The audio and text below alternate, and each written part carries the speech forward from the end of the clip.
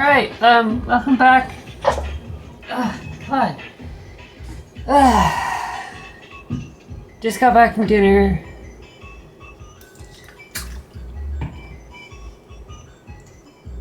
My throat is a little parched. I was just doing some editing here. I found the problem, so offline I found the problem, and so I was kind of like starting to just edit the things, and then I thought maybe I should just do that on stream, because why not, I guess. Even though it's boring and repetitive, but you can skip over this part if you are most likely watching it later on YouTube or as a VOD. So yeah, the problem, as it turned out, can be seen on this screen. It very conveniently shows you the pins and the assignments that it's done with its fitting when it runs the fitter to try and turn your logic into actual bit stream to be loaded into the chip. These aren't right. These are wrong assignments. Right up there, instead of being like, oh hey, your pin assignments are wrong, you have a double assignment of pins, it's like, oh, I couldn't figure it out, so I'll just like completely change all your pins and just like give you a logic thing that you write to the thing that's totally fucking wrong. Pretty fucking pissed off about that. Goddamn tools, this logic stuff is always like, it's just so error prone, and there's not a lot of checks and stuff so instead of like actually just not working and telling you I can't do what you're telling me to do, it's like I'll try and do something and it does the wrong thing. And so I loaded a program, a logic into the chip, which clearly it was like actuating things wrong. It was actuating's not the right word, but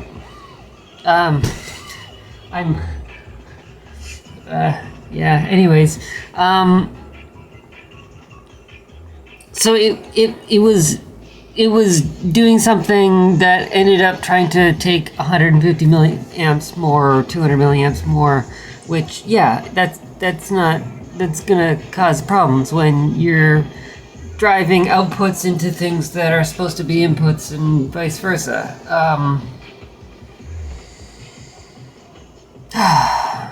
Outputs into outputs, I should say. But yeah. So the problem, as it turned out, was that I just didn't have these assignments correct at all.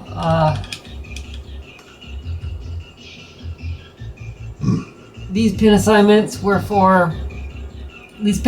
actually uncommented, or commented out, like they were. I know they're comments, but like I deactivated the assignments when I was trying to get rid of the VMEbus stuff to do testing that was simpler. And I forgot that these pin assignments, I hadn't actually updated them to match what the schematic is using. These pin assignments were for the test that I did with the dev kit that I have. I bought an ATF dev kit. So it's got pin assignments that are all wrong. So yeah, obviously that's going to be a problem. Changing the logic worked fine. So I just need to finish the assignments, and I noticed that there's like a whole bunch of pins that I'm using that I didn't even put assignments for. So I patched up the ones that were currently being used, and then there's a bunch that they're just missing. So the interrupts, the interrupt lines, I'm just kind of like going back and forth and comparing them, and making this match, the schematic. So 60, 58, 57.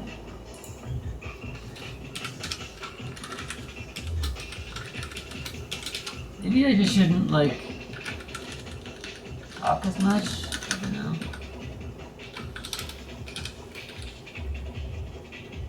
Let me know in chat if you enjoy the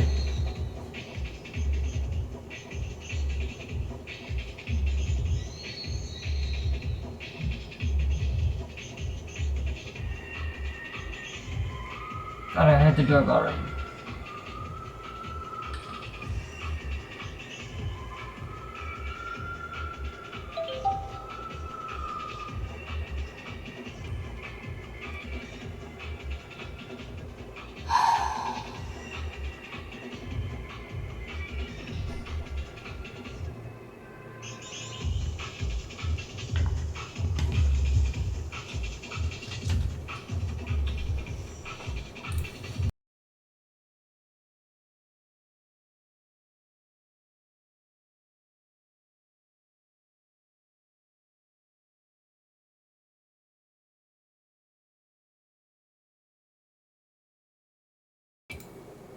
That was the doorbell, and I have gotten somebody's Christmas present. Alright.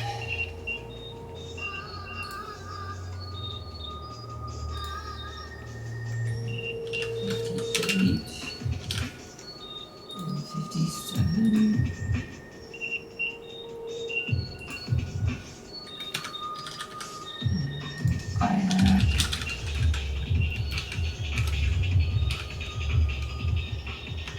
It's 50. 6. And the bus grant stuff, 55, 54, 53. We got bus busy. I should probably put that in.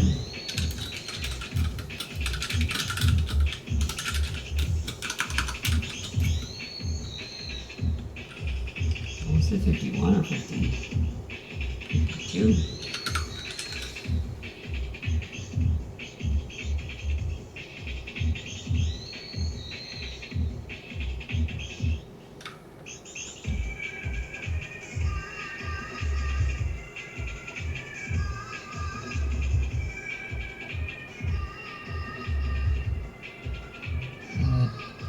DS should be there. DS. MDS, yeah, those are in there.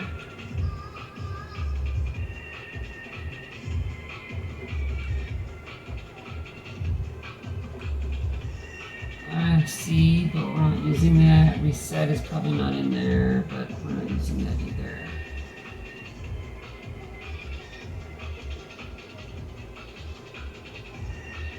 IPL and AVAC. We will need AVAC at some point.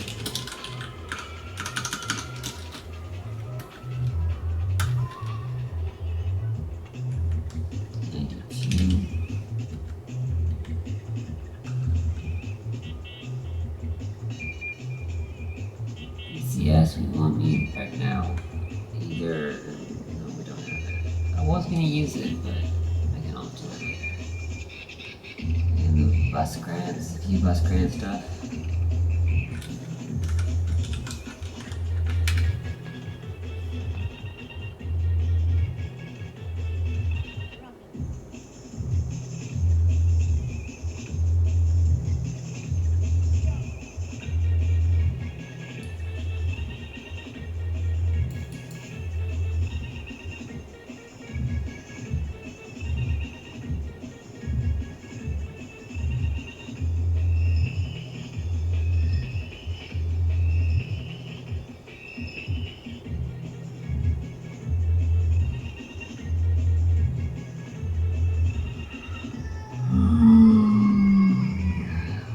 Show up if it's not used anyways. I'm not using it right now because I have it disabled. I have the interrupt stuff enabled.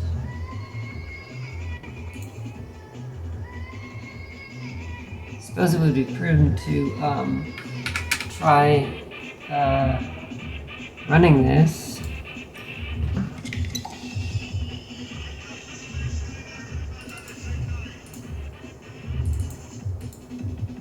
Before I enable the VMEbus stuff, I would like to just make sure that we don't have a logic problem here, like a glaring problem where it's drawing too much current.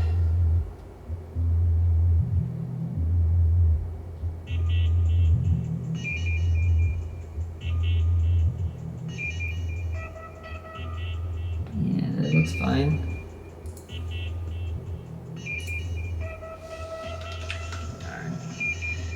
Had the terminal open, so I'll just power cycle.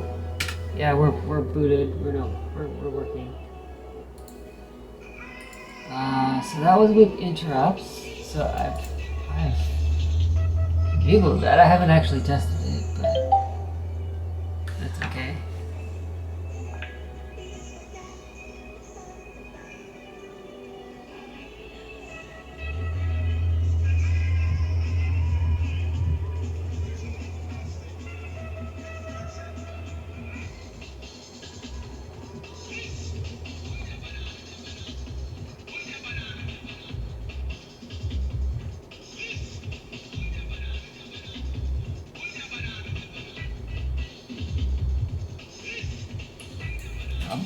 Be right back.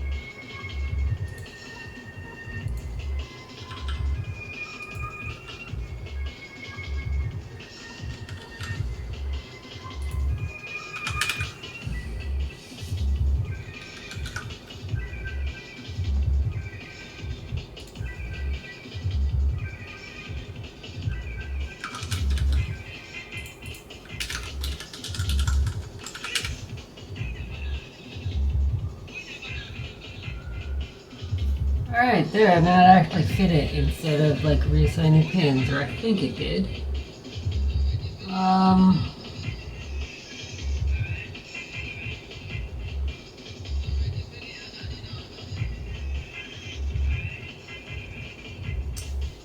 No, actually, I don't see the VMEbus stuff.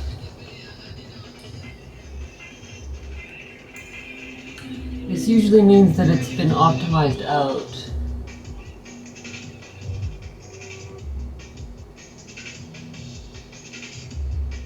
Yeah, like 77 is supposed to be our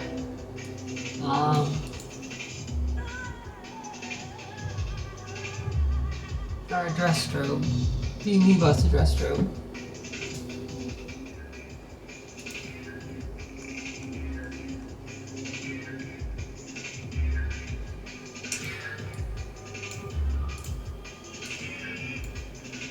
Right, we forgot these ones should be in out.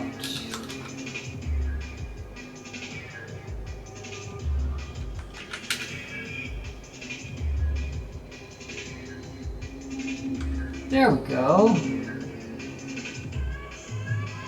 So there is, I mean, that looks like most of it. 52 was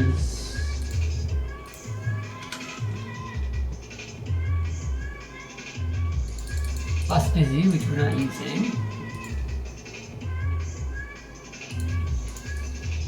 50, I don't even remember what 50 was. Well, that's the upper data bit, or the upper address bits, which oh my god, jumping around everywhere. I should use, I'm not using, but I should use it.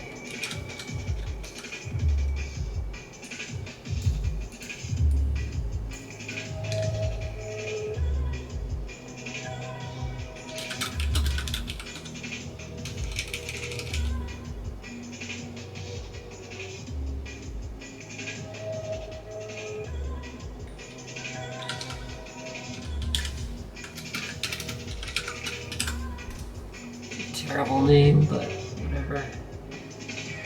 I'm not using it, so it doesn't matter.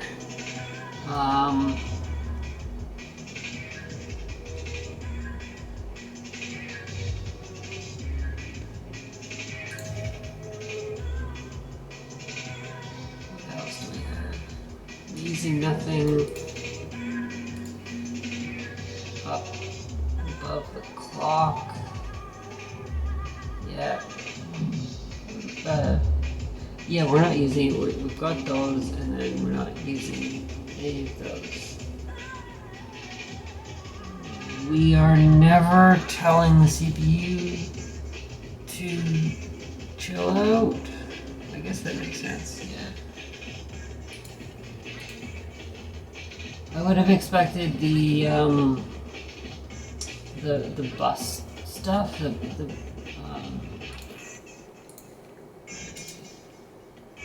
I have too much shit going on. The bus request and bus grant lines. 98, 99, 100. Should probably just put them in.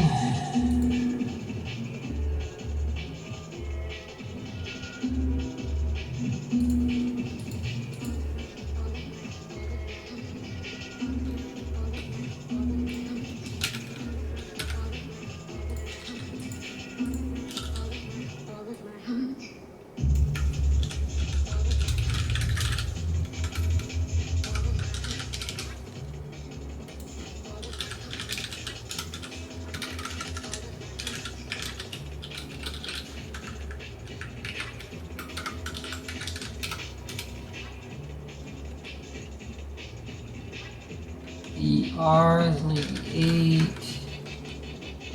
The G is 99.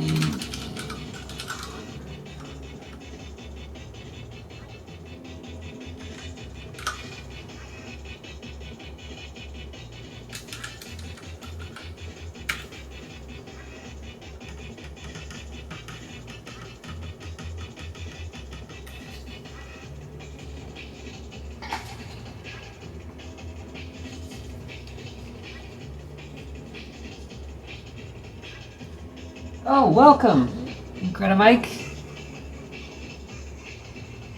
How are you this evening?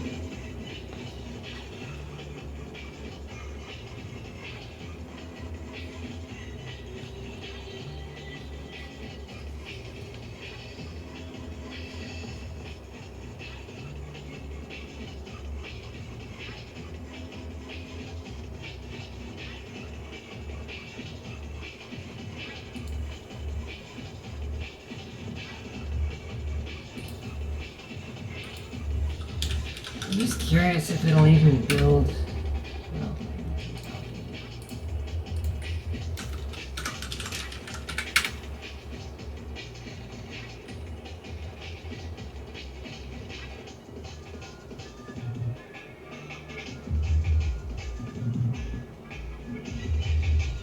interesting. It didn't like that.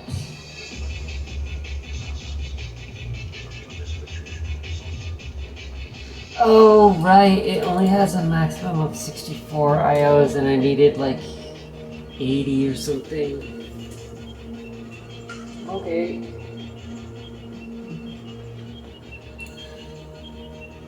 That was just to see if I could use the chip that is $10 instead of the chip that is $25, and I guess not. Not if I use all of those IOs. Alright, let's build this again.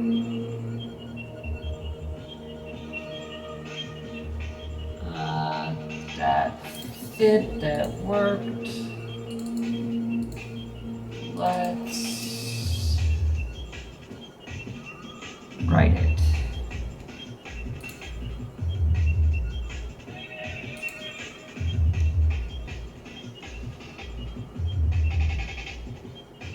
Always makes me a little nervous when it starts pulling 400 milliamps there.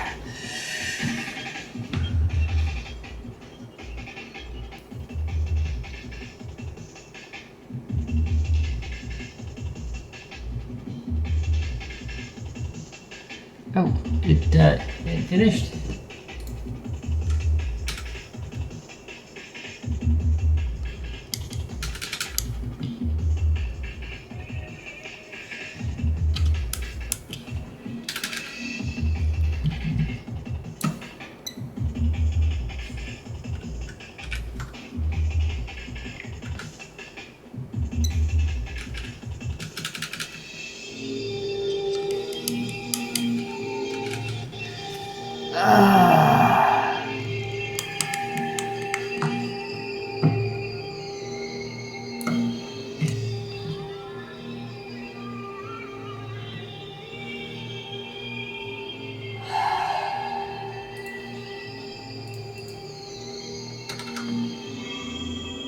I hate this. It's probably... We're not running that other thing. God damn it.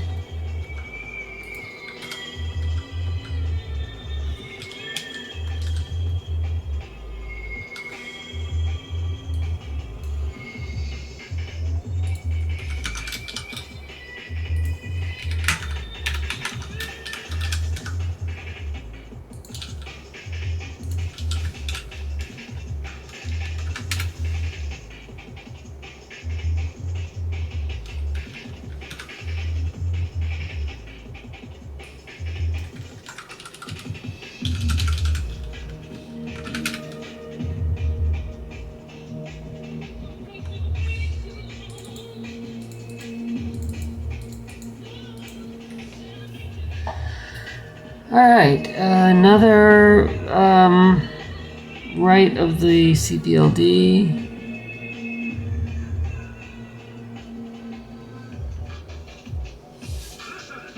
It's possible that VMEbus stuff is causing our problem, but I just want to make sure.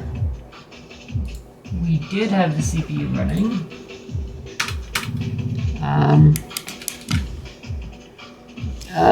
Reset is out. Did not see a...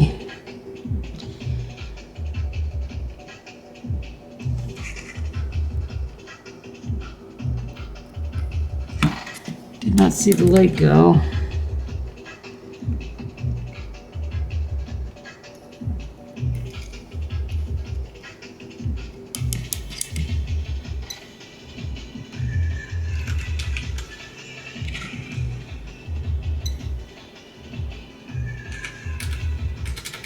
Okay, there, that's working now. Oh, weird. Could just be power glitchy things. I will do things.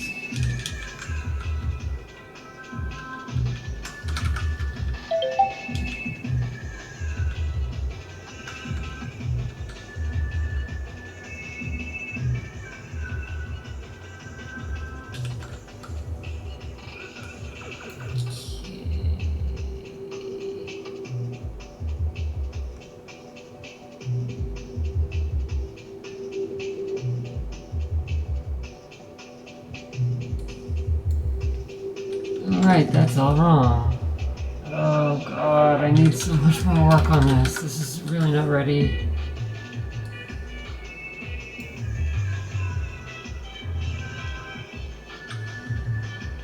I think that's okay, because I've got... No, I don't have the hack anymore, so that's not okay.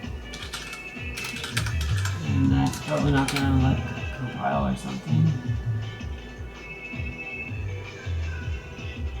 Well, surely it can't work if it did that.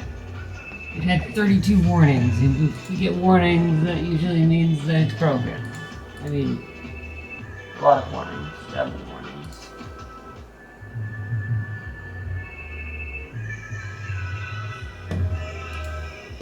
Yeah.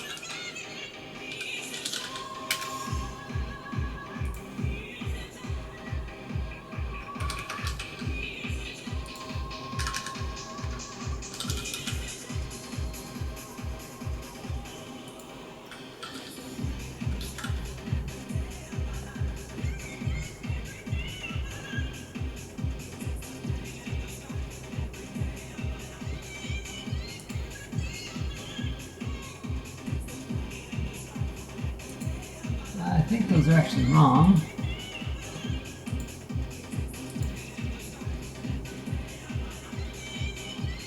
If it's ground, then it's out to the bus.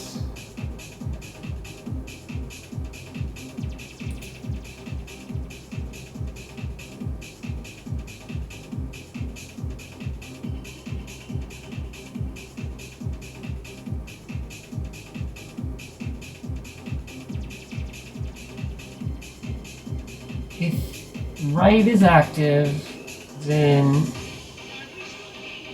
the CPU is writing data out. We're going to write out to the bus. We want to go out to the bus, so we want to be ground, which is the opposite. All right.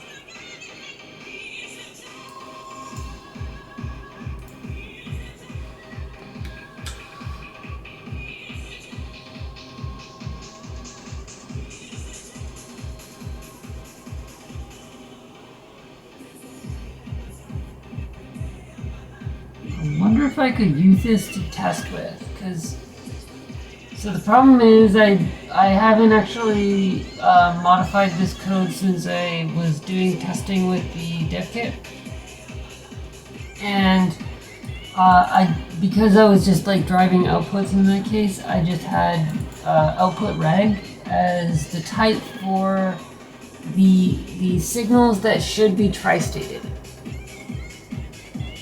These signals should not be always driven. They should only be driven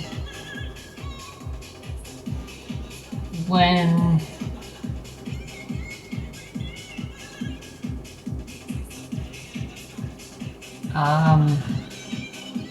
they're not tri-stated. When the device doesn't have the bus, you want them to not be writing.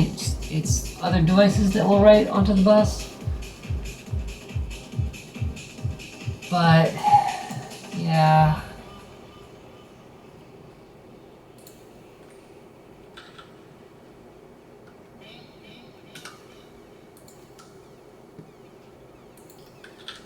I kind of just need to like test.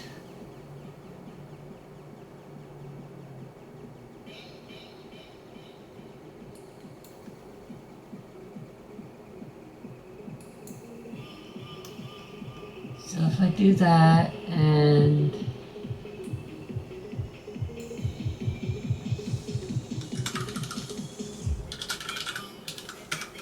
make those an input, it should build. It builds. All right. And we have the bus arbitration stuff in there.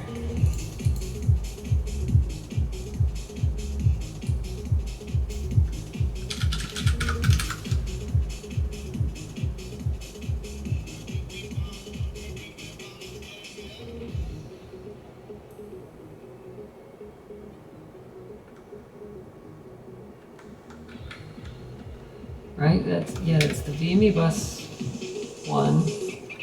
We have 9 warnings instead of 8 warnings, so one of them is probably going to be that one.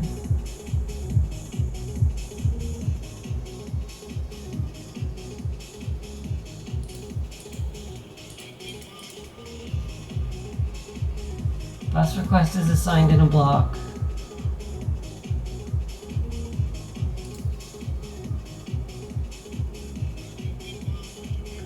I guess this is honestly not a very good one to test with. Never mind.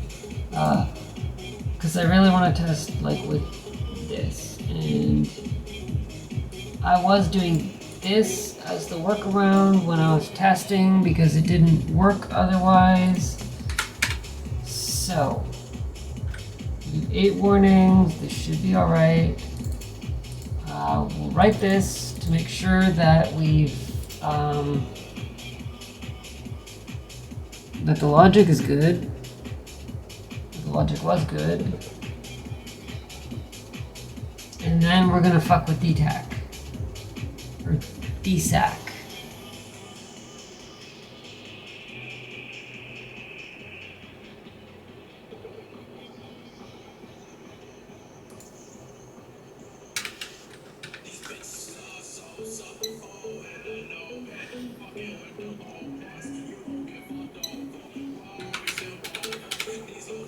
Okay, we're working.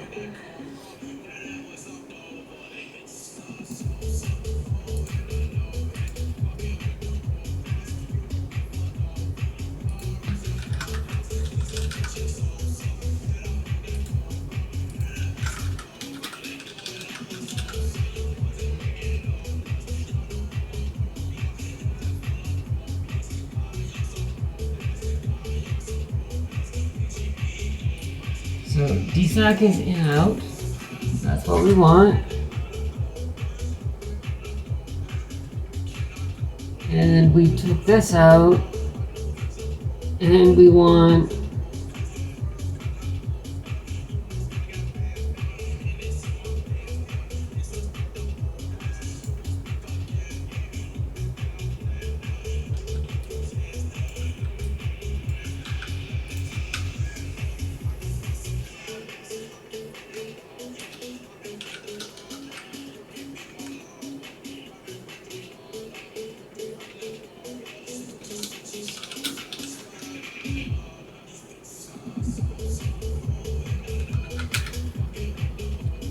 we get 11 warnings. I'm pretty sure these are all the warnings that we were previously getting yet. It's assigned in a block.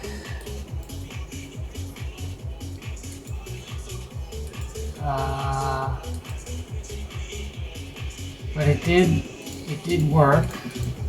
It gave us valid logic. It didn't mess with our pin assignments.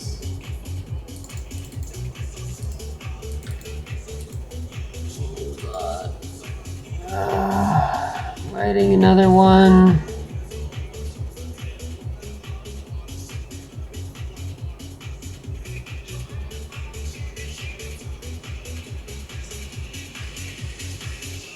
Verifying.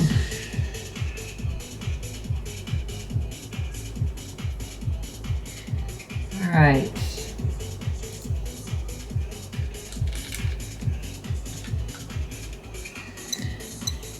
Power cycle it. I did not hold the reset. This has been very sensitive.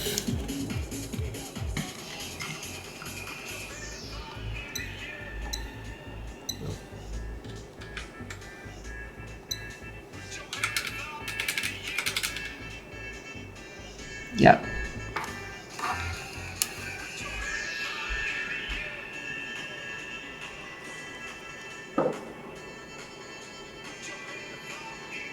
So that is DSAC 0, I think.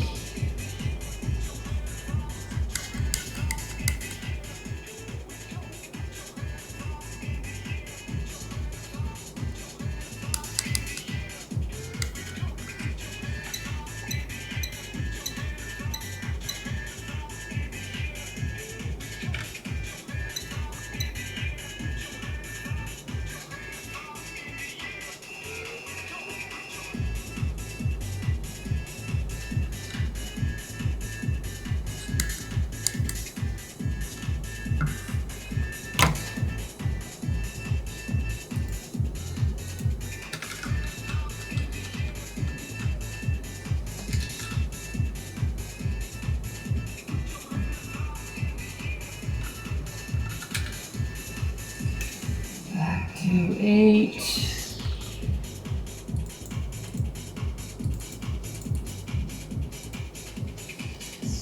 Writing another one.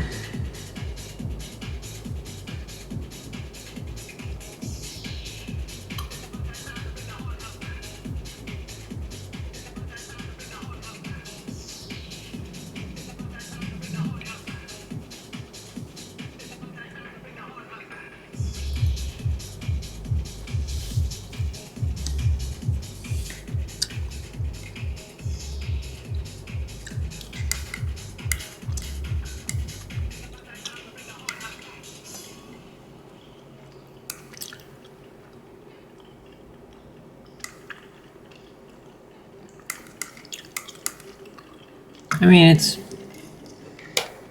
it's high most of the time. It's I would have expected a lot more happenings than that, but there's some happenings.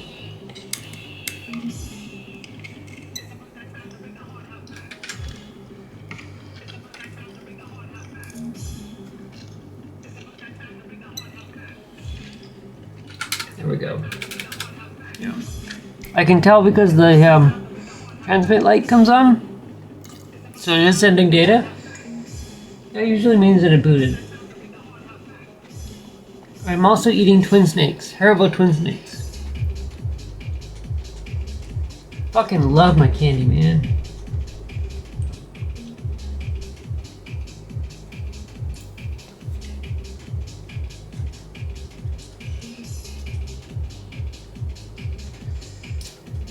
So, every signal that is a fucking in-out signal is gonna have to have this stupid interposing thing. I don't see a way around it.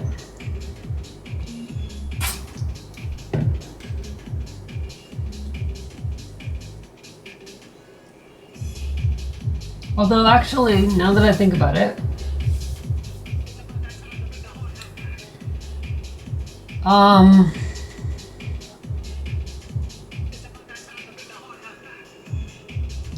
we might actually be able to do it automatically, because let me switch back to the computer focus. So yeah, these two assign statements are what we need. We have to do an assign. We can't assign in a block if it is a in-out. It has to be with an assign thing, because otherwise the always block, all of the assignments in an always block have to be going to a reg. And oh, how about that? Pretty sure that's not going to work. But oh, what will we?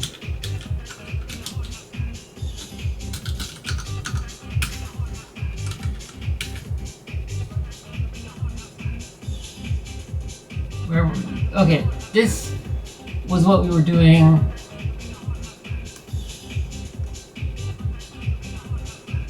What if, and I doubt this is gonna work, we make it an in-out reg. Look at that, we get 8.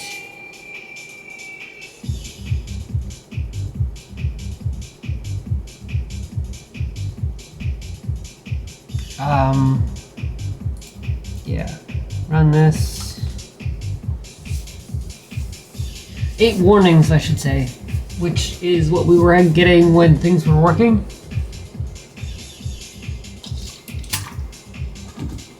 But I have no idea if this is like produced the right logic or not.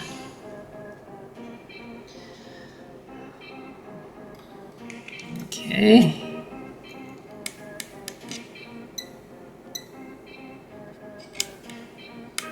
It is booting,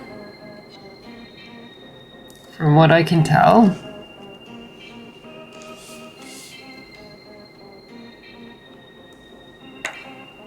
Yeah, that's as ugly as that signal looks. That is actually what I would normally expect of DTAC, because DTAC is just this weird signal like this. It has a lot of capacitance or something on the line. Oh, did we make it unhappy?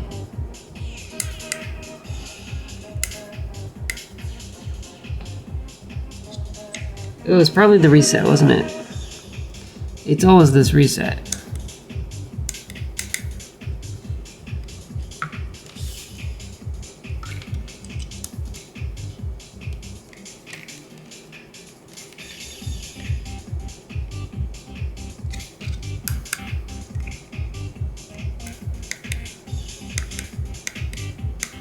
I mean, it does a bunch and then it just stops, which, okay, well, is it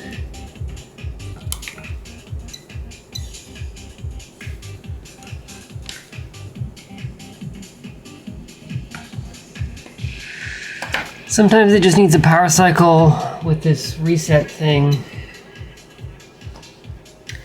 Might be like some gate effect thing where if it's like an in-between signal or something, it just doesn't correct it, self-correct very quickly.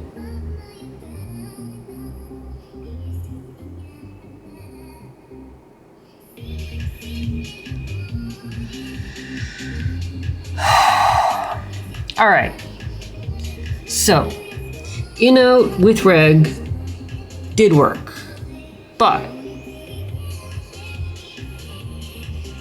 is it actually tri-stating?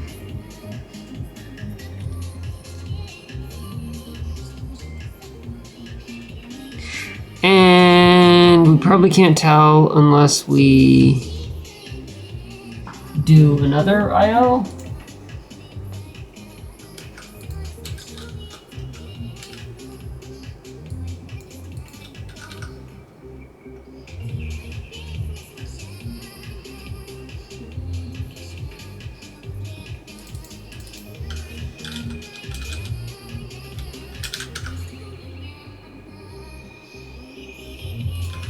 This is just a test.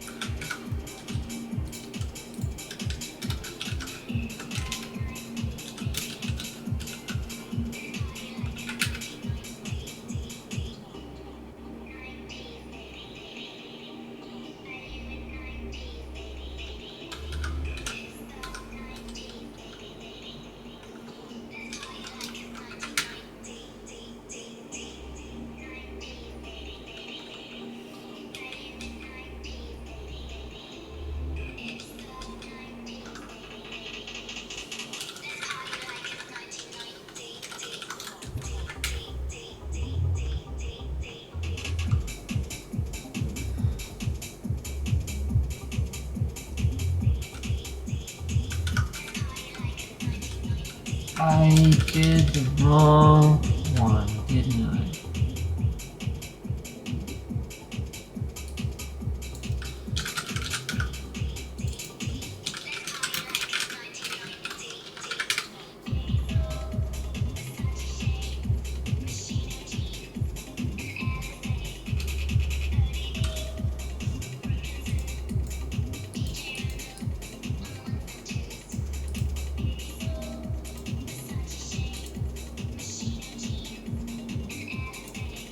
Why did it have no? Oh, just because it has an extra.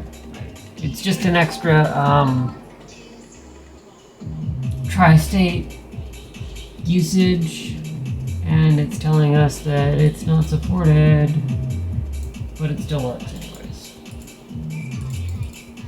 Well, sometimes it works. Forgot to power it. All right. Writing this. So the idea is if it the address strobe is not being used for anything. The address strobe on the VMEbus is not being used for anything. And so if it is not tri-stating, then it would be driving it high or possibly driving it low, but it wouldn't be floating.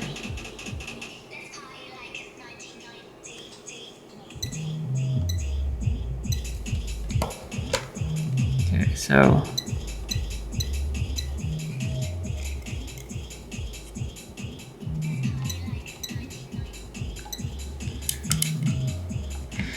and conveniently it doesn't seem to be booting now.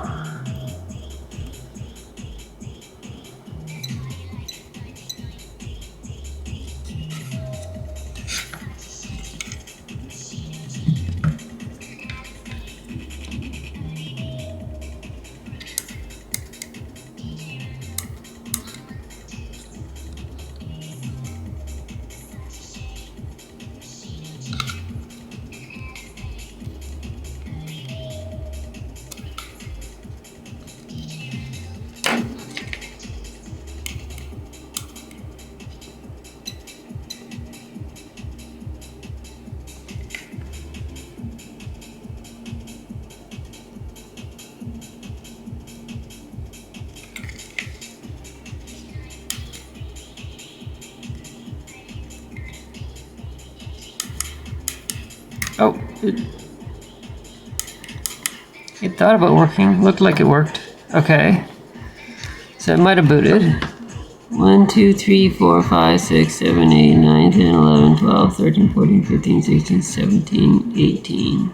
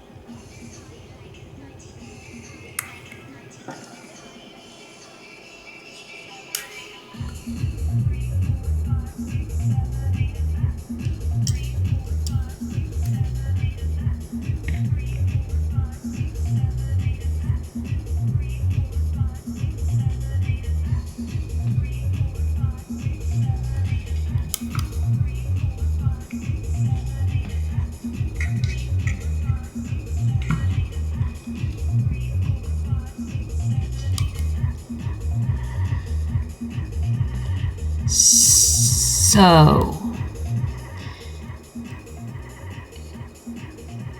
if it's floating and I pull it up with a resistor, then we would expect to see that it would go up to 5 volts because it's floating. If it was driven to 0, then we would expect to see it stay at 0 despite the pull-up.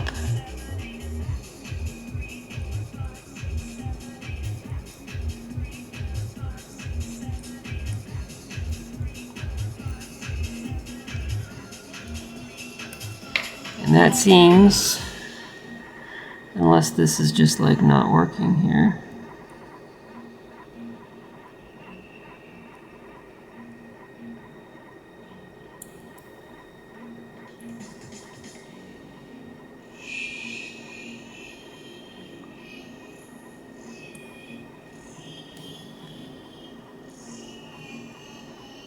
That is definitely not going up. So, I think that is fairly conclusive that we will have to do the interposing trick. Okay, so that's not going to work.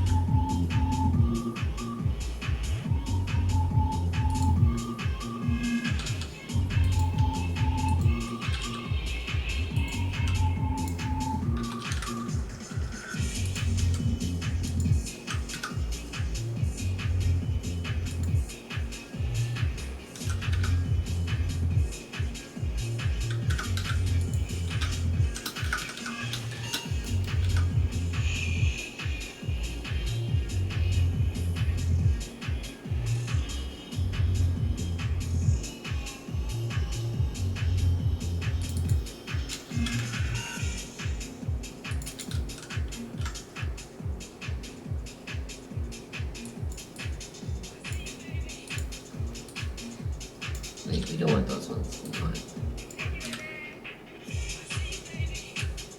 these ones.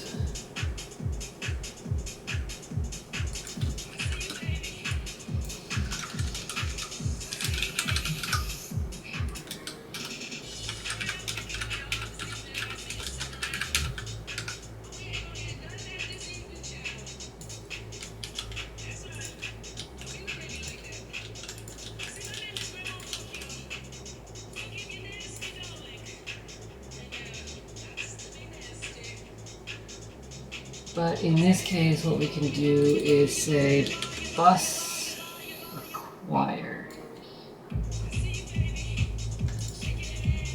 Hold on, let's go back to here. Bus acquired is inverted logic. Okay. So, if bus acquired is active,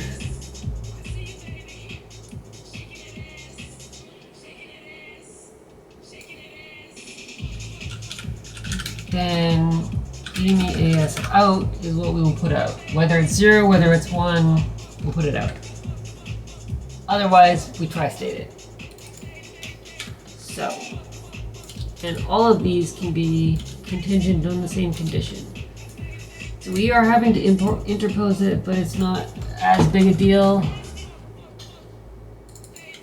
because we don't have to, like,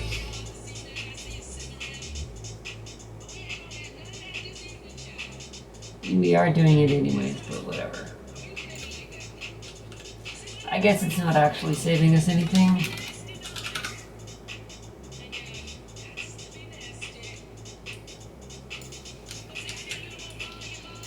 But at least we can do the tri-state stuff.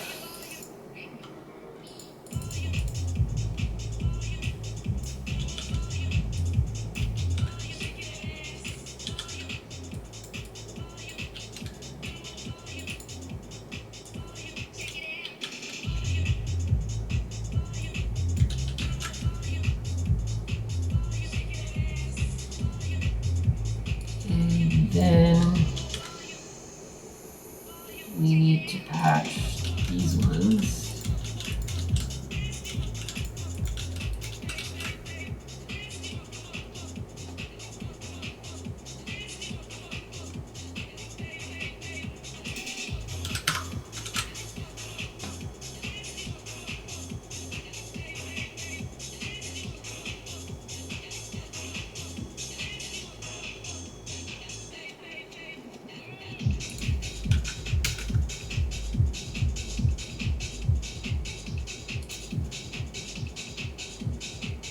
Syntax error.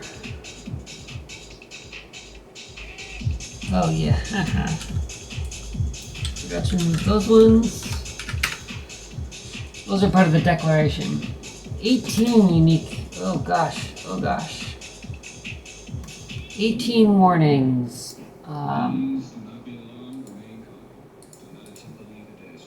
Warnings could be bad.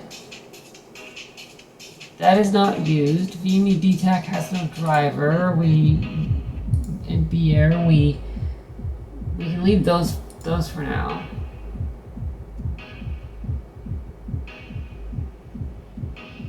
And then the other ones are just the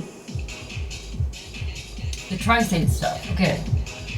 So that should just be the usual tri-state error. And this logic should work. As in, it should do the same thing that it was doing, which was working, while also having the VMEbus accesses. 400, that's not too bad. Okay, we are verifying.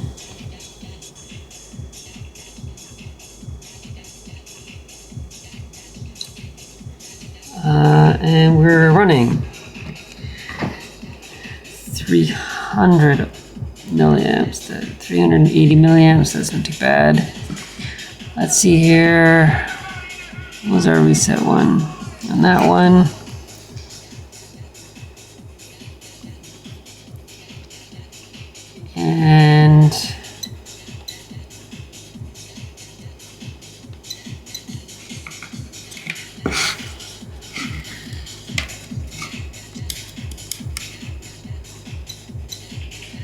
Not seeing the transmission.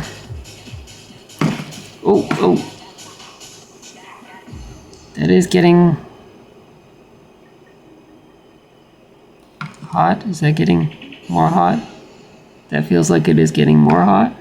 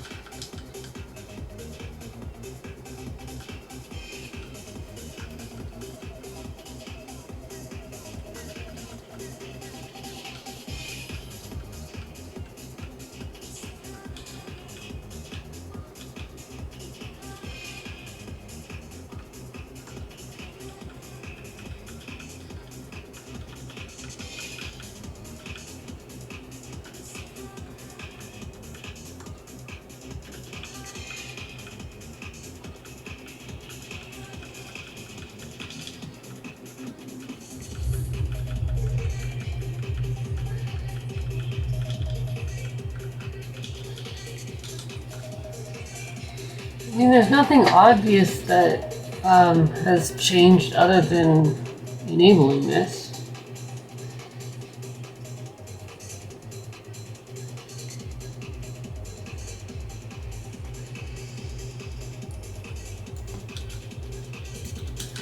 Suppose we could try just going back.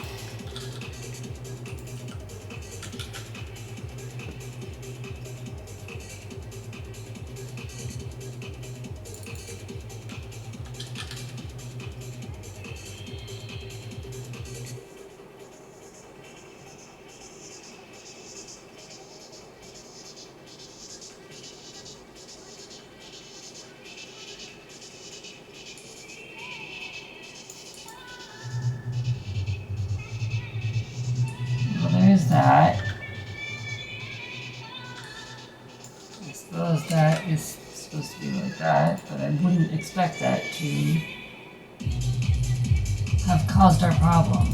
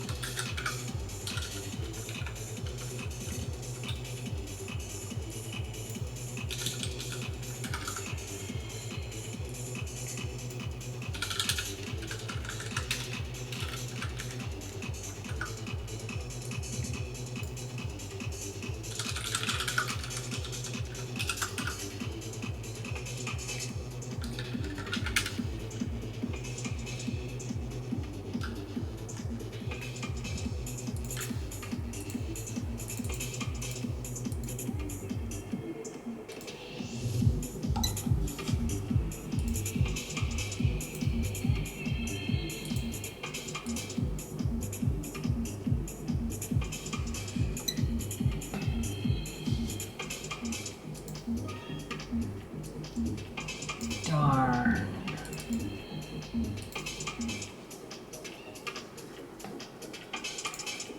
Let's do this again and see if it works, or if it's gonna be a jerk. Here we go.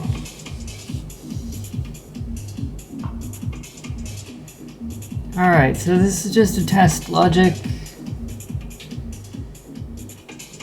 Verifying the logic. Let's see if this will actually boot the CPU. We are not using a crazy amount of power, which is nice.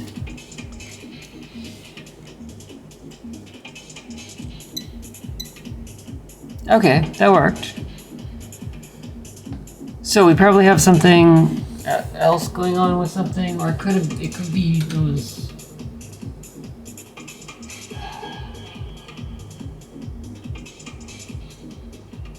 I mean, it could be a lot of things, but let's give it one more try.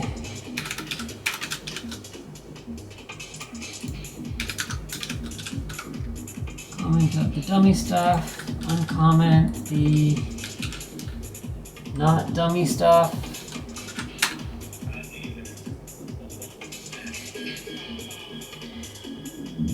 We are getting an extra warning or two.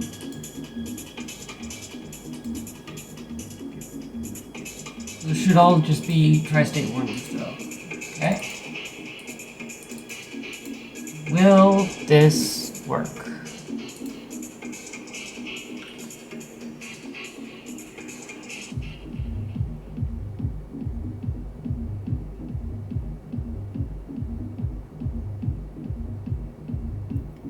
Verifying.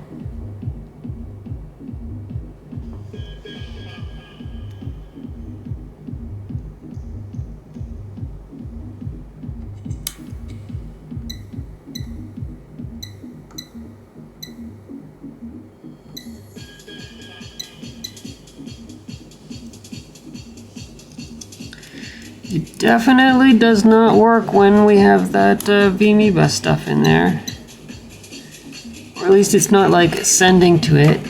And this chip was seeming to get hot. Are we getting anything?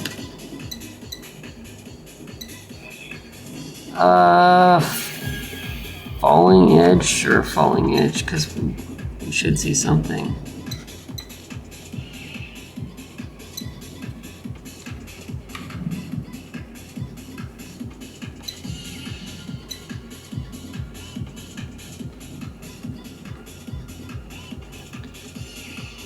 Let's get a nice chunky amount of time.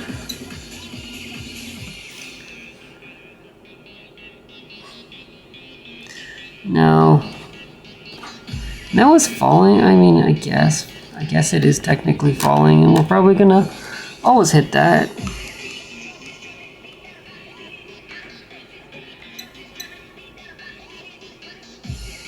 We did get one spike that looked like a...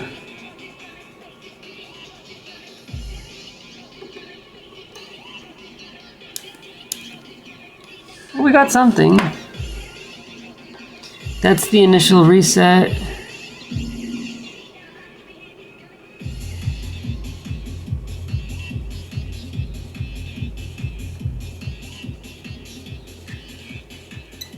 Turn it off.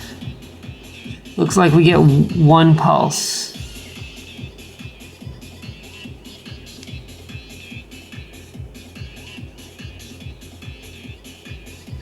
You know why? It's because the detect circuit does not work. Right.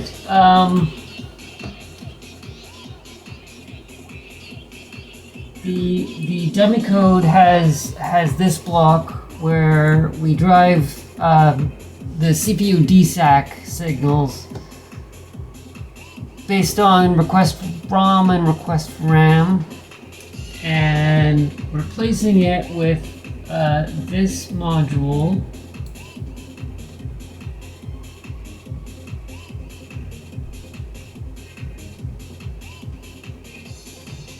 We are driving DSAC, but we're only going to be driving it if we had a VMEbus request, which obviously we don't have. Okay, so at least it makes sense why it's not working.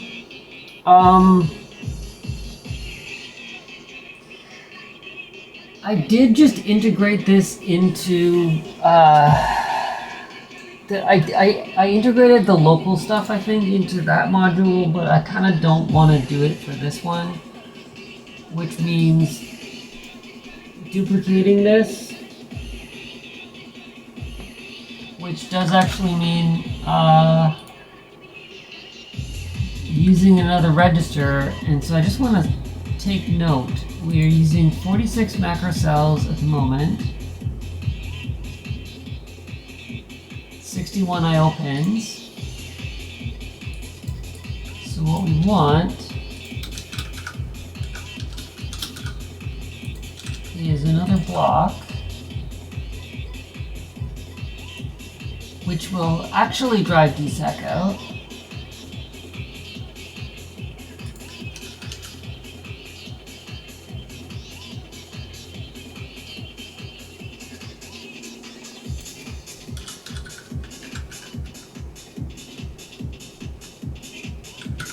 I mean, we could just call it that. So that goes there, and then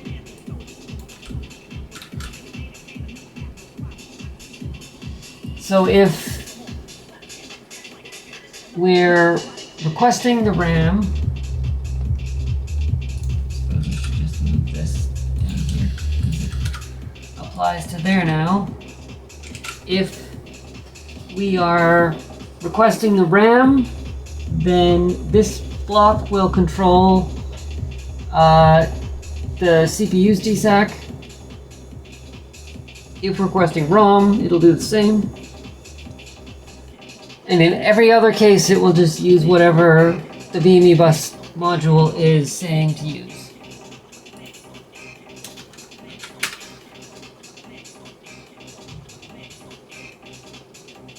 It does fit. We are using 48 macro cells, so we had to use 2 extra macro cells in order to do that. That makes sense because we have 2 extra registers that we added. I didn't want to put the interposing registers in, but whatever. I can throw stuff at it right now and I'll deal with it later.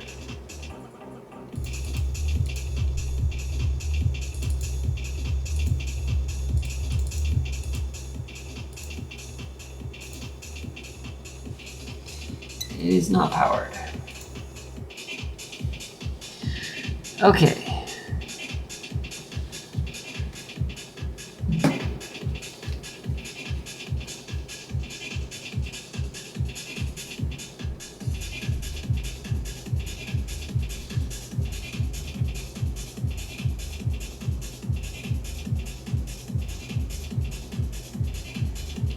Okay.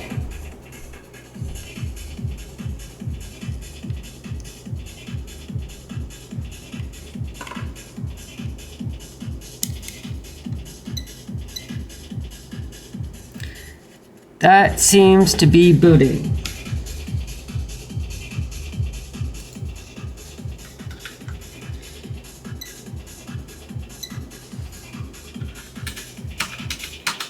Here we go. We're running. We have VMEbus stuff.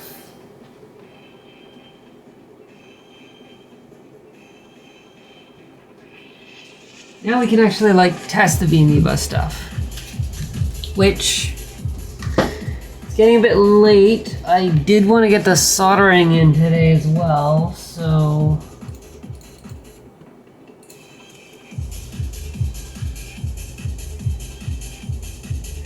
I also did want to try that rework, but I also don't really want to try that rework right now. I was going to see about cutting the trace for the FTDI and trying to power it off of the VBus and see if it'll work and see if it will avoid losing connection every time I turn power off to the board. I should try it. I should try and do that rework, shouldn't I?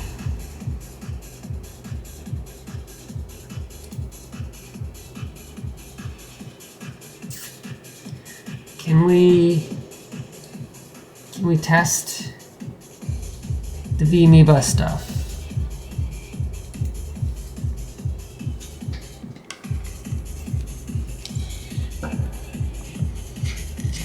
I wouldn't really expect it to work or do much. 1, 2, 3.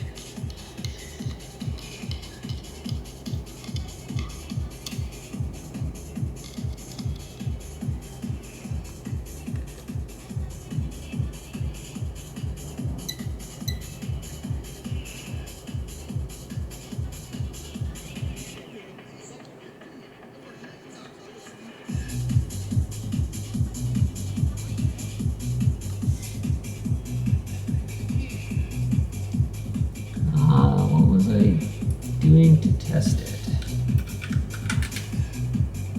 Oh, right.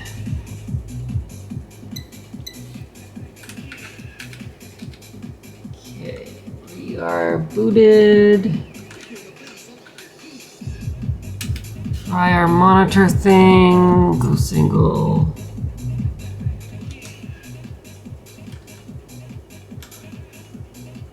Booted. And it didn't do anything. We didn't see a rising edge. We wouldn't expect to see a rising edge. We would need to pull up to it, I guess.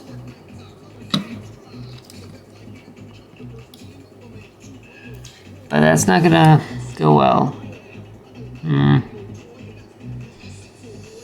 Yeah, I mean, once I get the connector on, I can then like test it on the bus.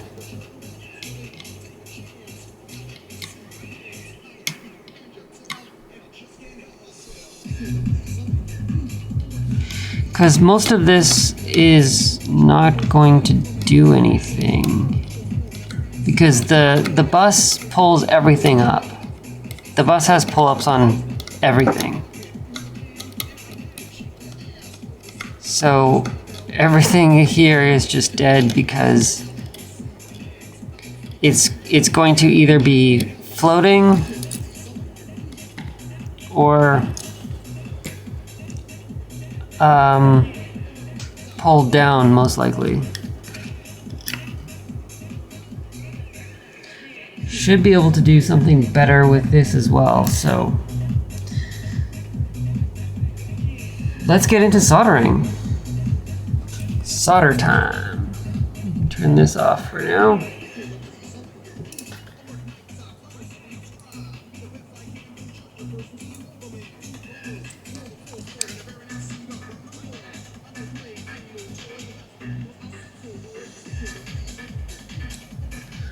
Turn power off to it. Won't need the logic stuff right now. It's a little warm. Move our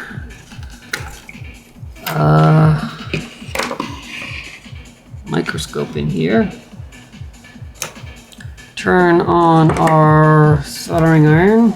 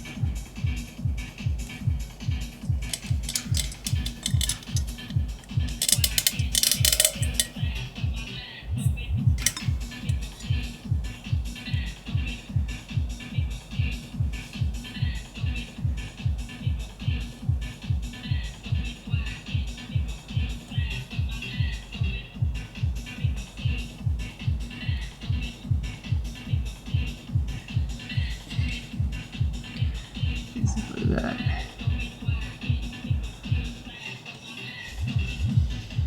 I'm trying to use the helping hand to tell me where the focus is, so that I keep things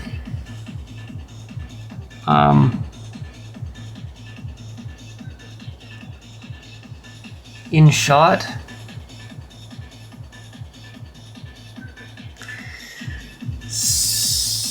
So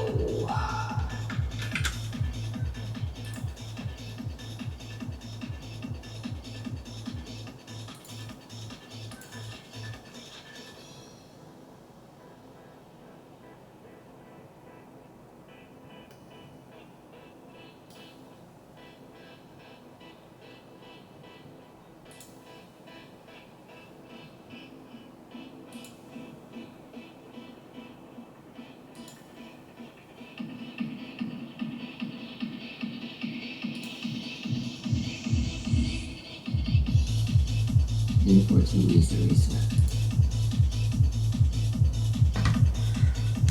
Oh, I thought I was gonna have to do a bodge wire, but maybe I can just bridge the connection. So,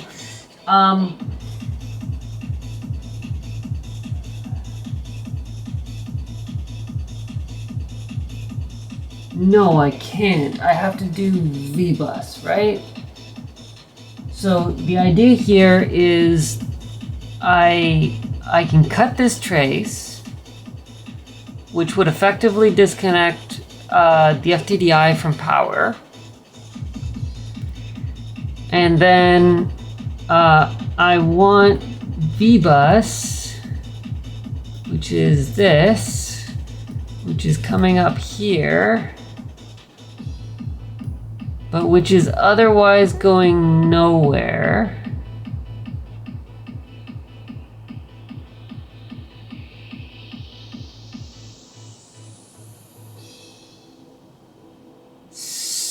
Because it's just going to this header, and it's not even going to that header. That's the other side of it. Oh yeah, that's the fair. That's so.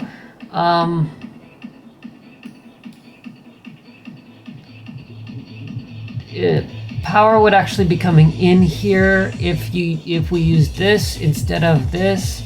Otherwise, it's coming in from the bus. It's coming here. So we actually want to have a bodge wire on here that goes down to our 5 volts. And that might get us working. And if that doesn't work, then we can always remove the bodge wire and and just solder the trace that we cut.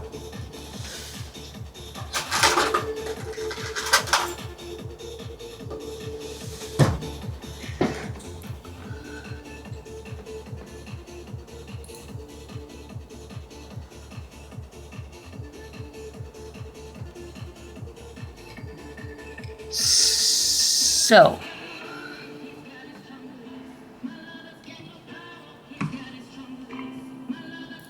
this is the trace that we want to cut.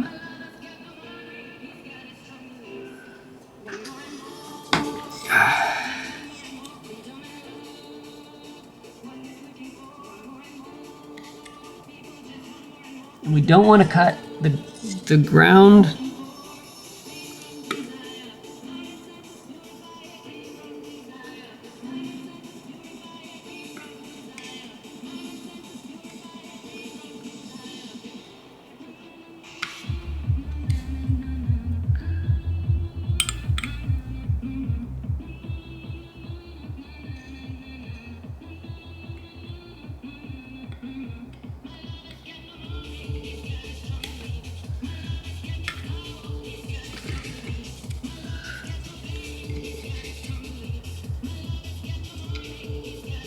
I said we didn't want to cut the ground.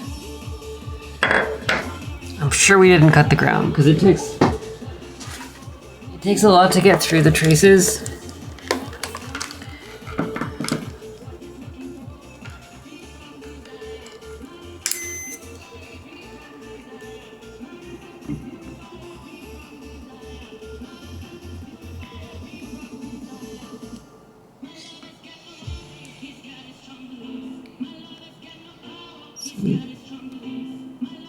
That is ground, and where do we have some ground?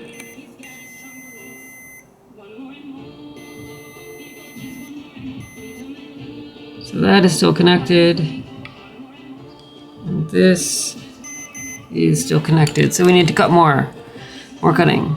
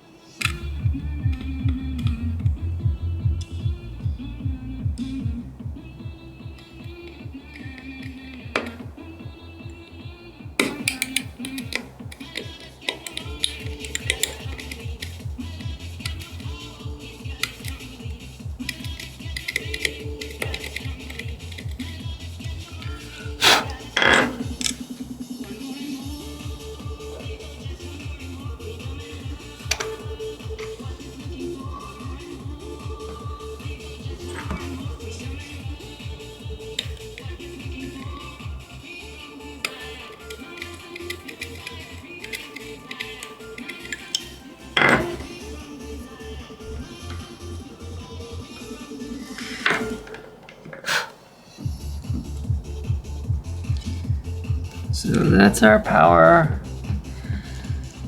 and that's the trace we were trying to cut. I mean, if we put it into the groove, of course we're going to detect something, but we're not detecting anything on the pin side. It's not until I actually touch. It's not even working. Yeah. All right, I am fairly certain that that has worked, but we can verify it by powering this on. I guess I should put my scope back on.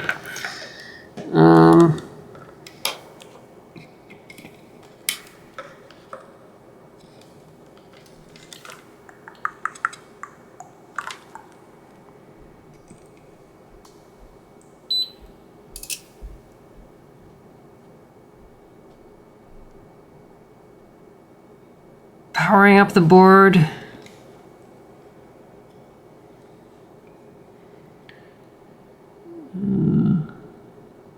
There.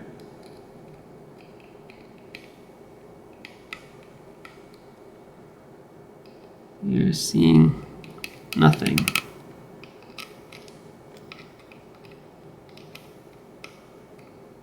That's probably our transmit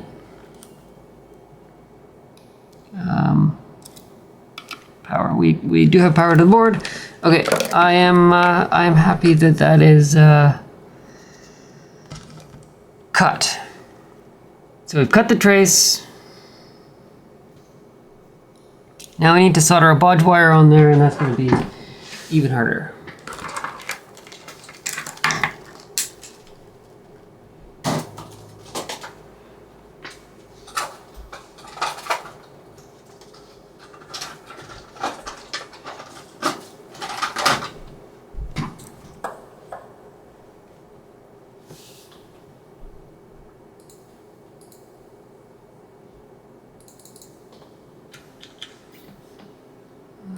The next mix coming up is that one.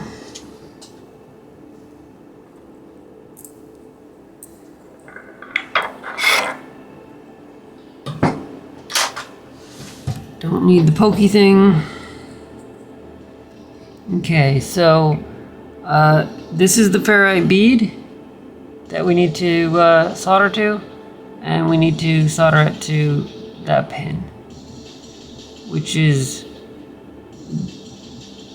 going to be a pain in the bum, especially making it not connect at all with the other thing.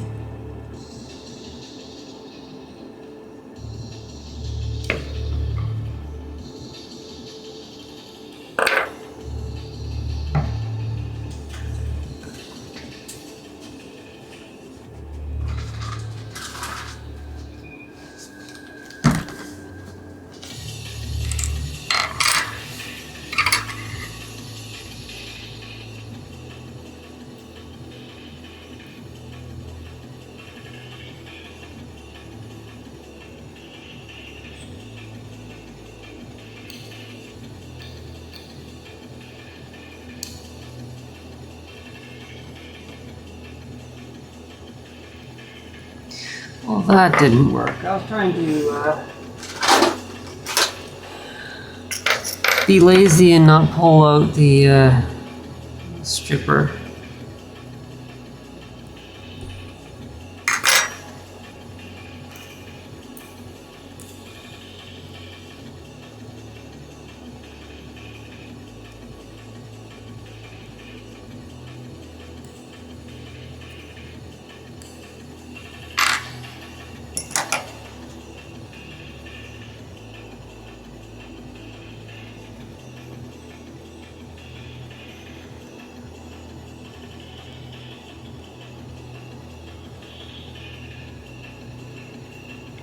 It is that one.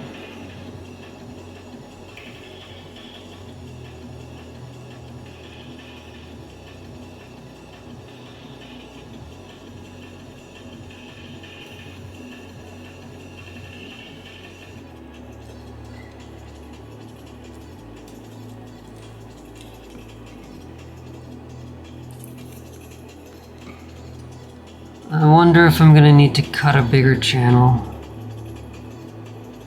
I'm worried that it's going to bridge the gap that I just made.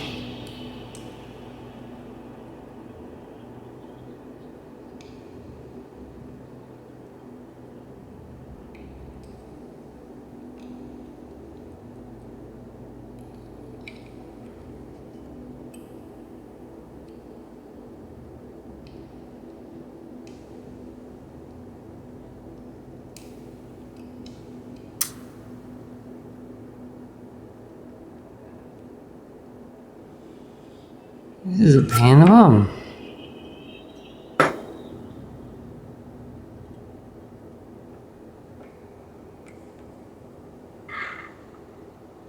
Cue burning myself.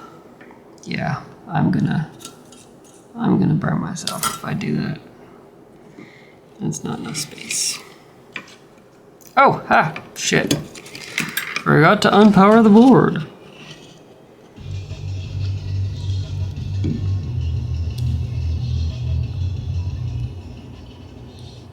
see a little better from this angle.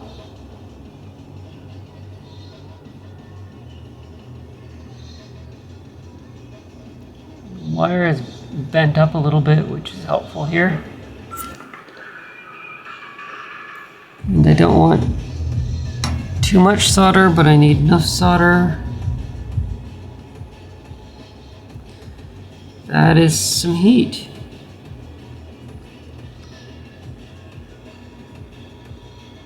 That is some heat, and also it did not.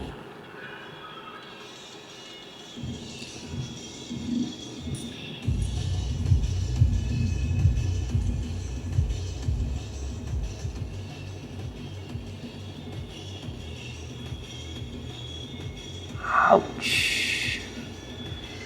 Well, that looks pretty fragile, and it may be bridged a little bit.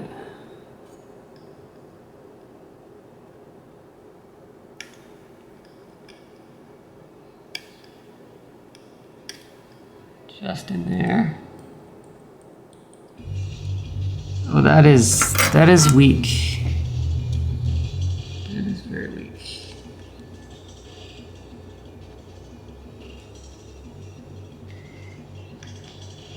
And that is just in between pins.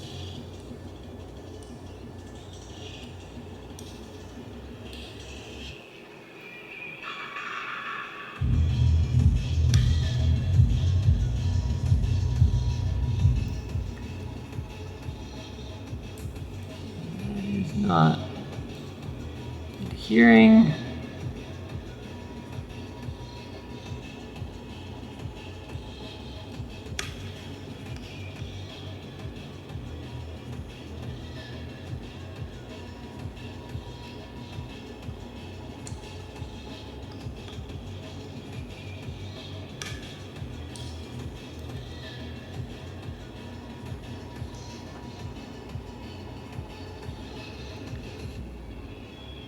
Well, this is proving to be harder than I had hoped it would be.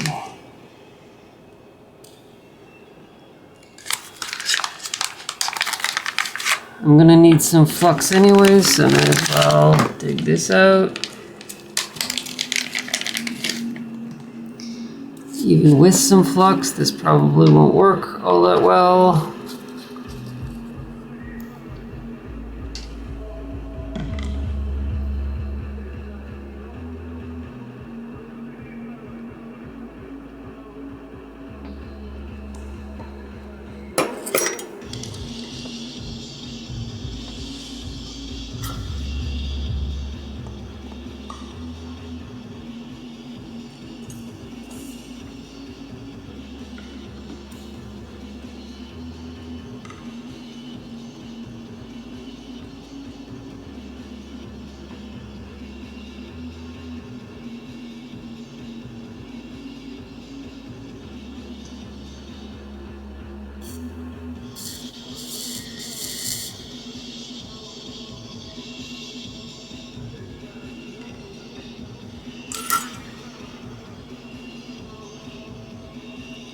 I don't believe that that is not bridged. That's gotta be bridged.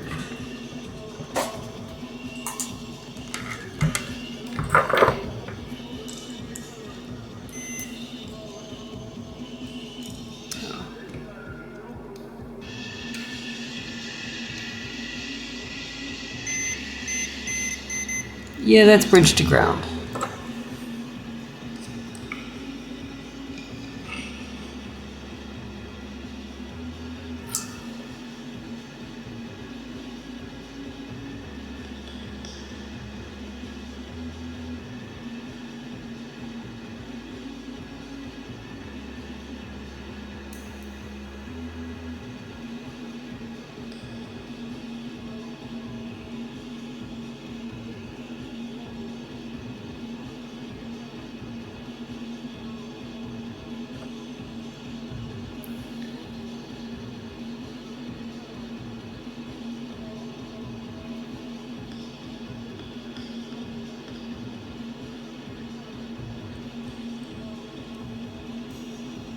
It's still bridged, isn't it?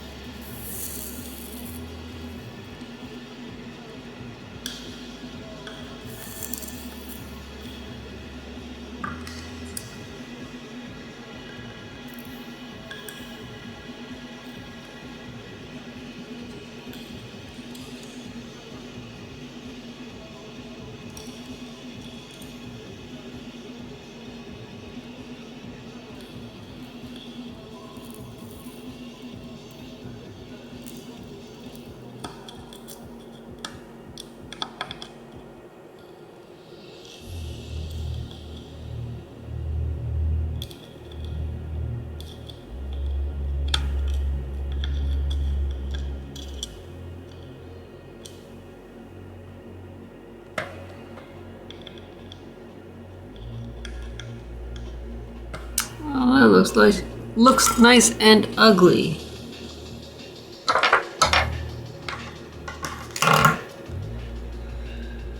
I'm gonna so regret having done this.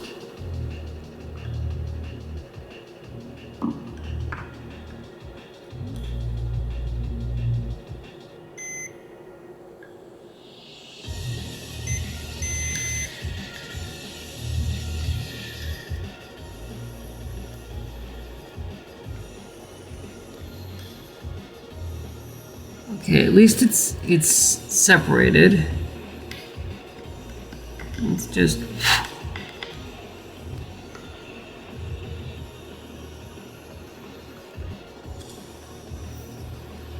further dig that out a little bit. Should be all right.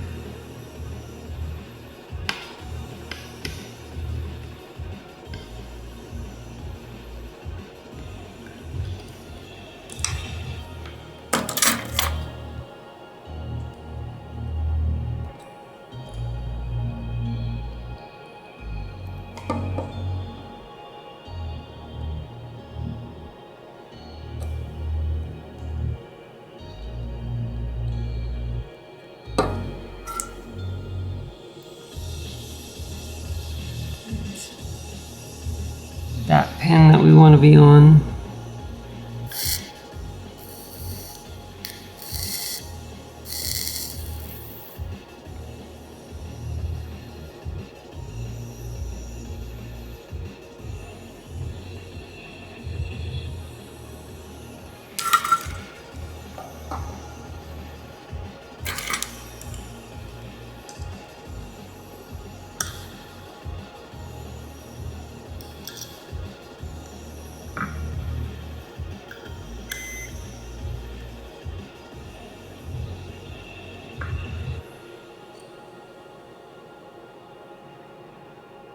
Is that it? Did we do it?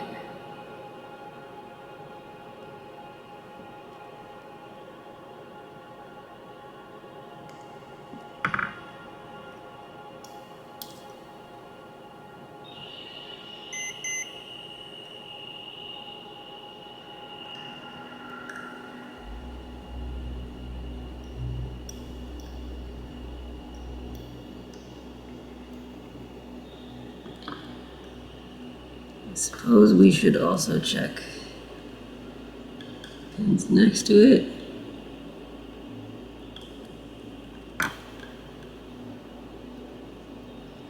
I'm not getting anything there. I think we might have done it. But yeah. All right, so that was the power pin. Power pin for the FTDI. And if I get my tweezers. Now we need to connect the other end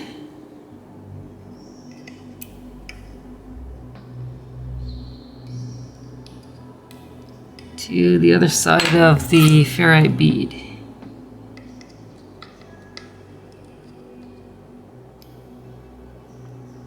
There we go.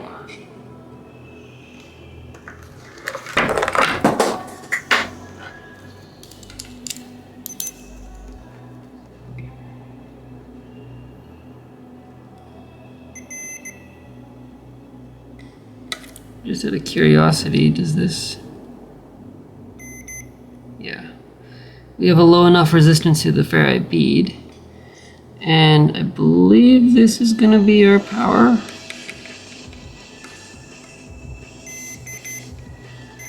That's our bus power. Okay. So, if we power the board now,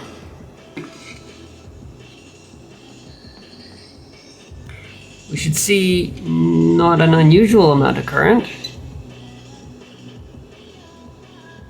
390 is a little on the high side, but let's roll with it.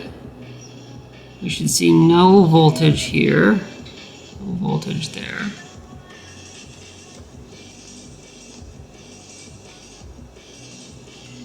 And if we plug it in, we do see voltage.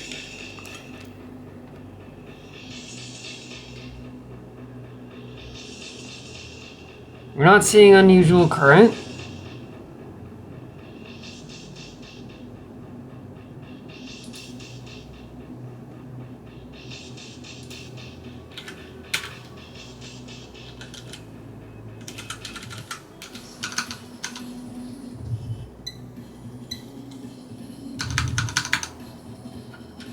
But it's also not enumerating.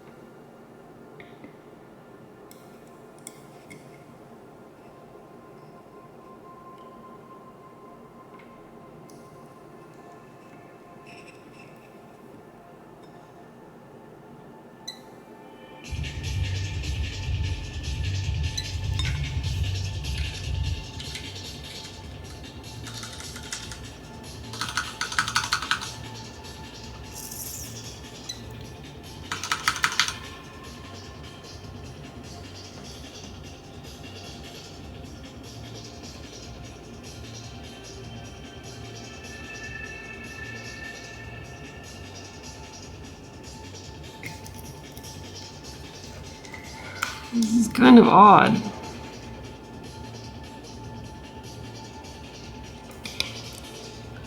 We have voltage going to it. I don't know what that pin's supposed to be. That pin's kind of high.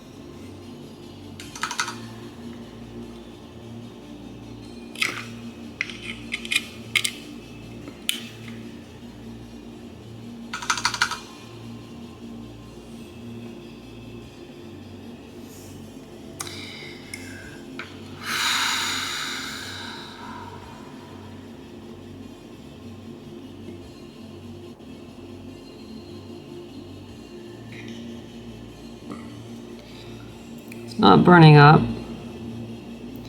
but it's not enumerating either.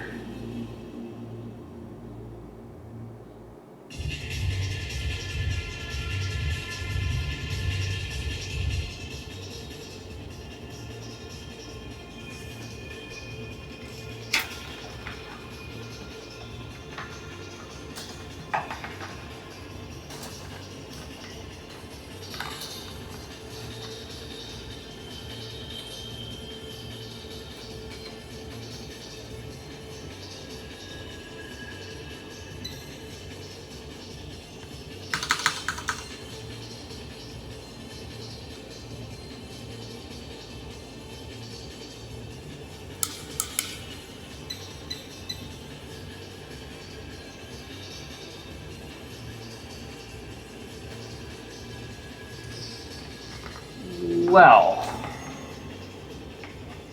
it's a little disappointing.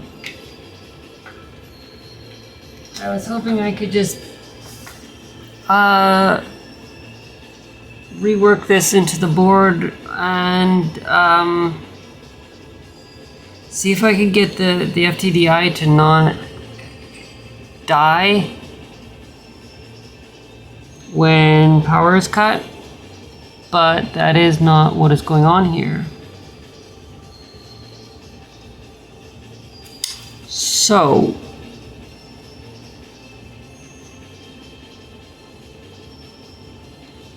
I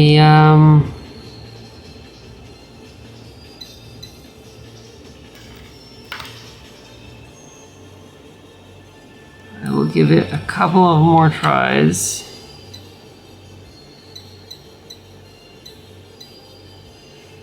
Just not working. And like you'd expect it to do something, and it did something the first time, didn't it?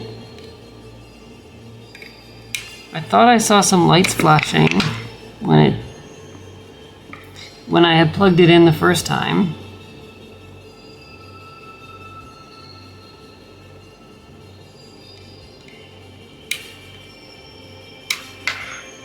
I'm not seeing anything now.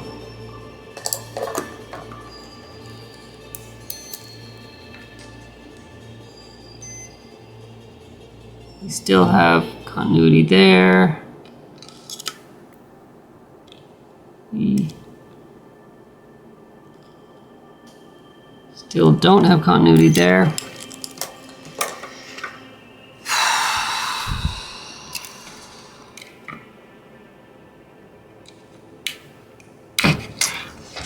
Alright. Well, I guess that is a failed experiment.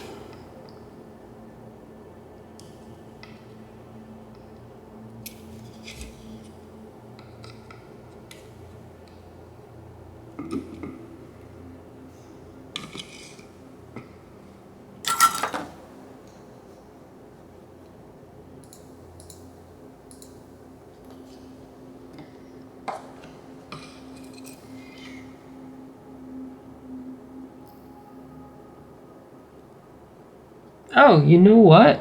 My microscope has stopped working.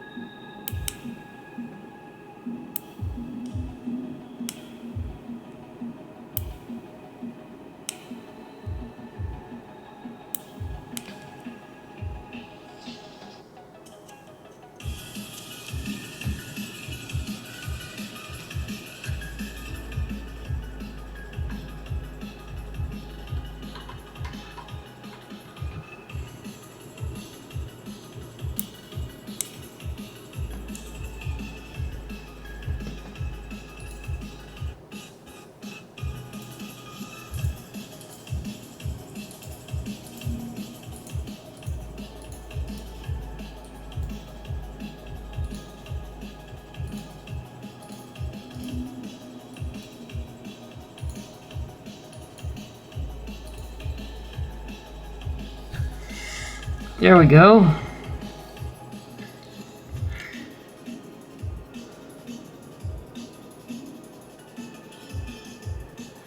I guess when I had plugged that in, it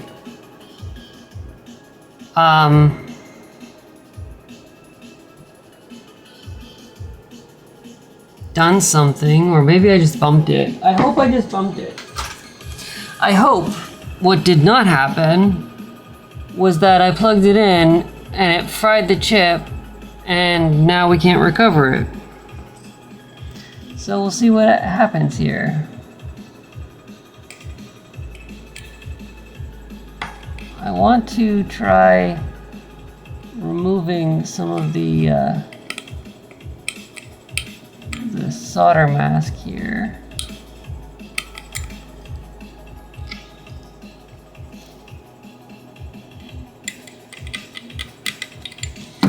Expose some metal there. Let's just make sure that we have some continuity to our 5 volts.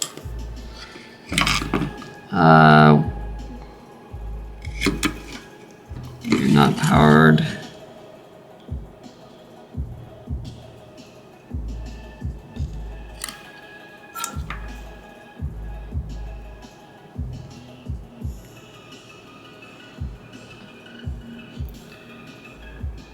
It is really hard to see in there now.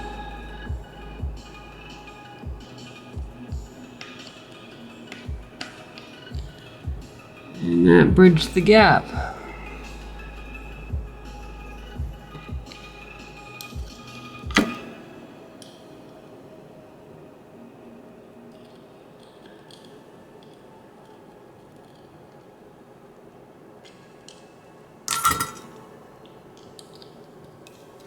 The question, as always, is how badly have I messed this up?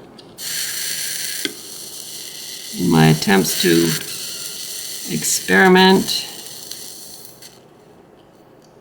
I have done improper things.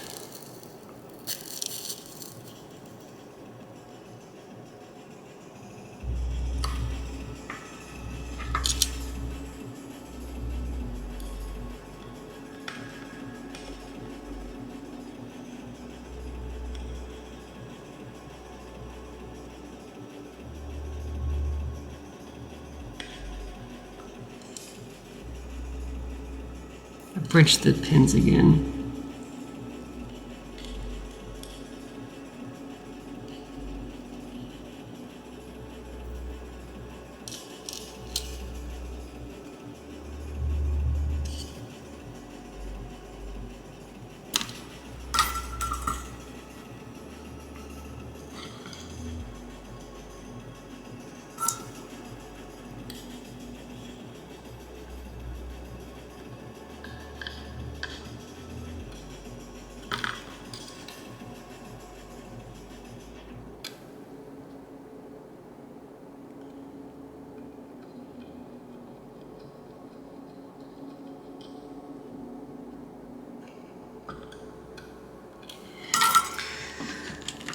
There's no way that those are connected the way that I want them to be.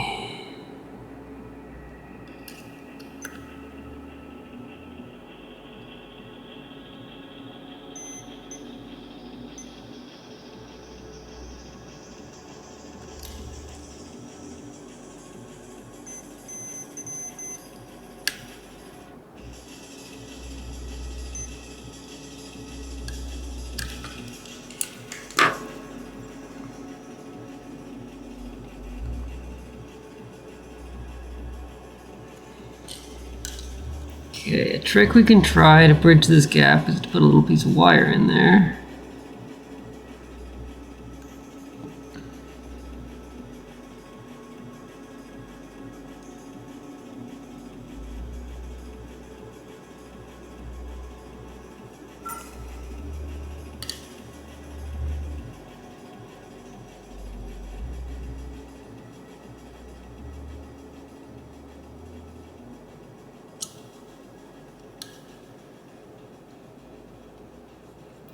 There's no way that that hasn't bridged the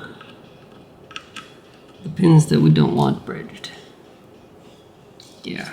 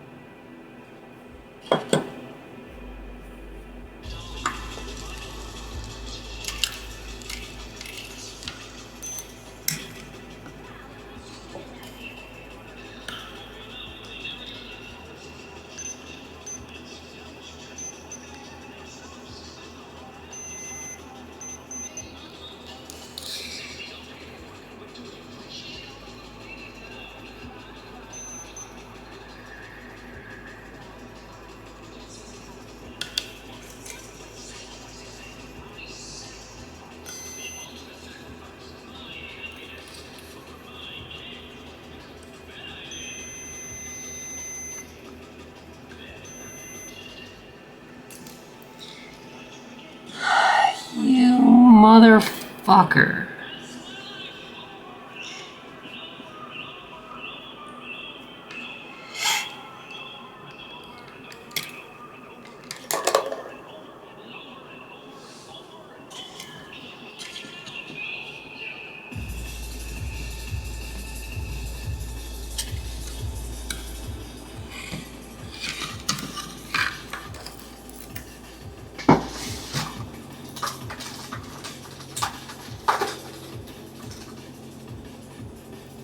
Didn't I say I wasn't gonna go late tonight?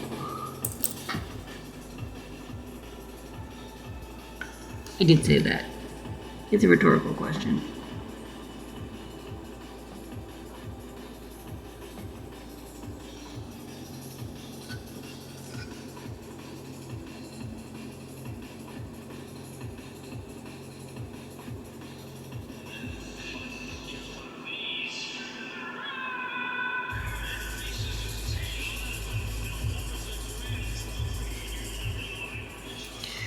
That doesn't look bridged, but it rang out as bridged.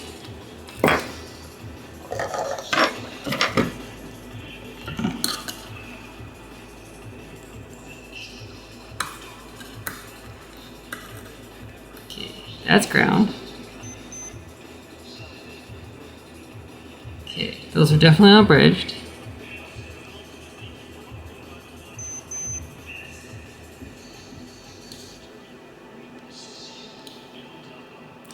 Okay, that's definitely not bridged. But is this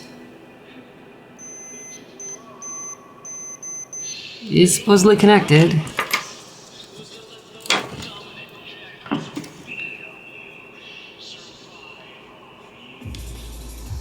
So we cut that off and check it again. If I can find my other probe.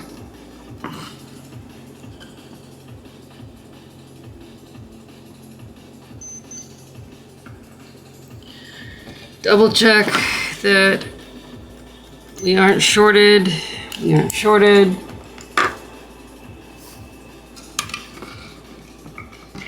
Plug this in to power. We should see no lights. We see no lights. We would not expect either to get enumeration. We plug in power. We turn power on. Okay, it's doing something it shouldn't be doing. Power is on. Oh, motherfucker, we are still not enumerating, as you might well expect if it's doing this stupid fucking garbage.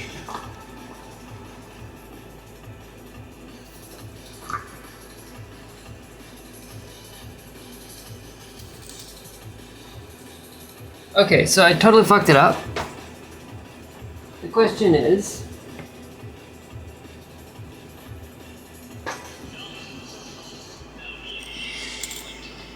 is it recoverable?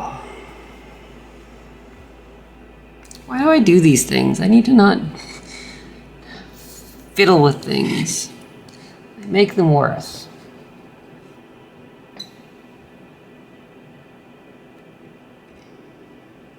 Okay, that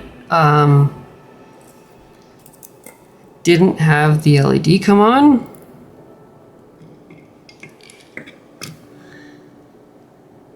What if I actually hold the reset like it needs to boot? Okay.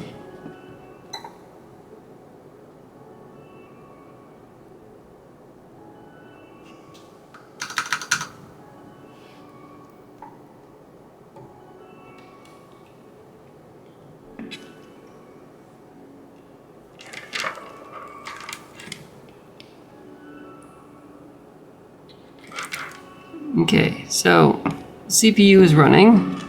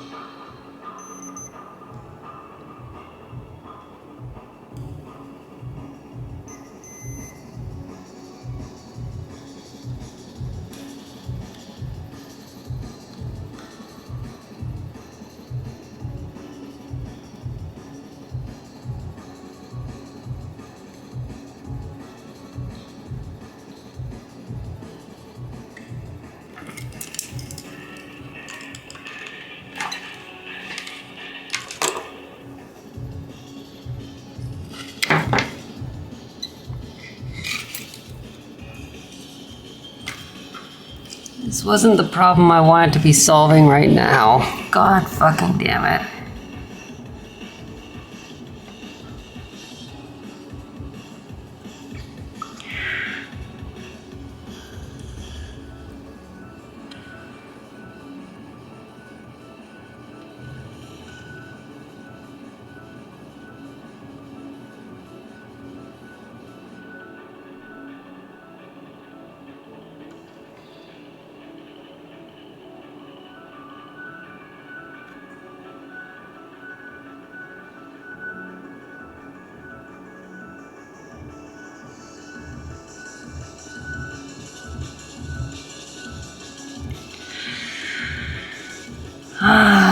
Sigh. So I don't see anything obvious. Possibly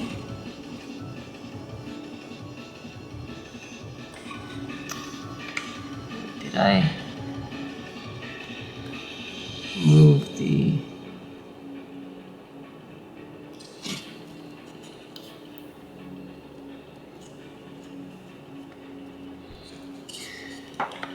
so possibly these two pins on the other side might be not entirely connected. I might have taken off too much solder, but in trying to fix this, I'm probably gonna fuck it up.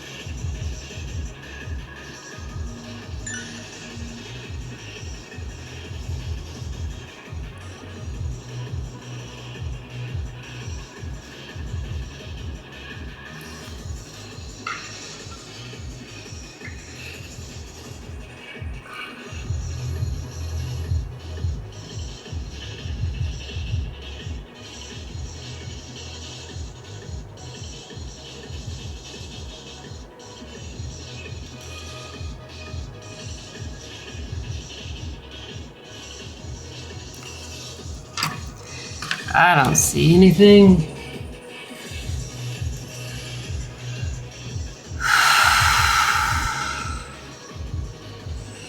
It's one of those things where, like, if this doesn't work, then there's no point in putting the connector on.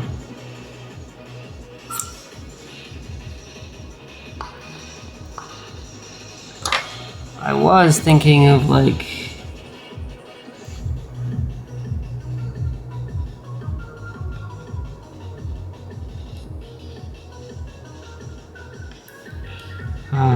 putting the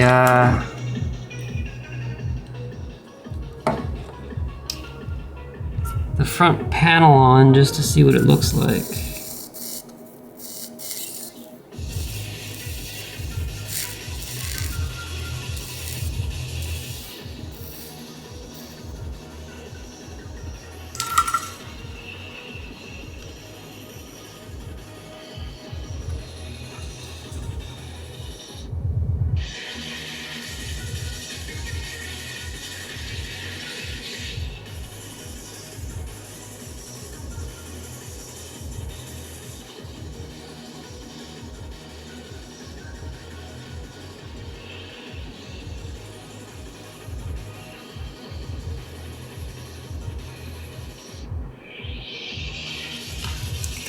Can't be fucking on. God damn it. Maybe I just fried the chip or something.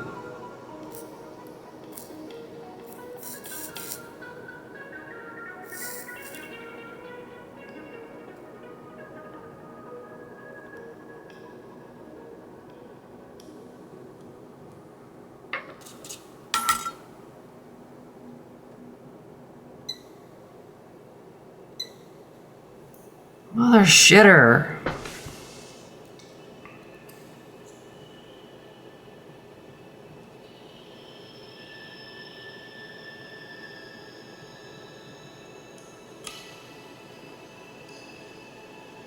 It's a long shot, but might as well try that. Does not change anything.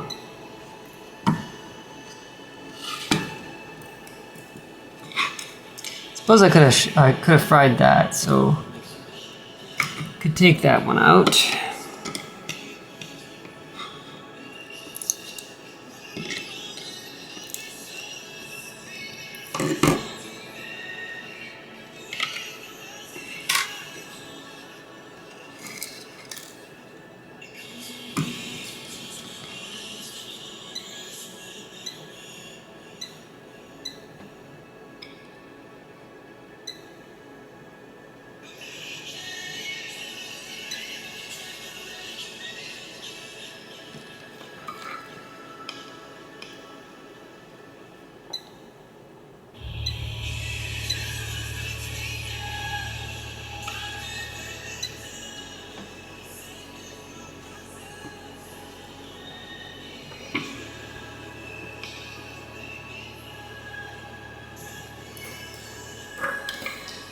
Would generally help if I had it on ground.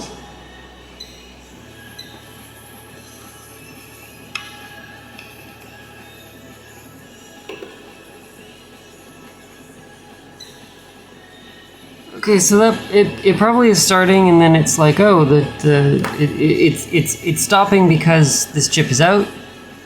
This chip is out.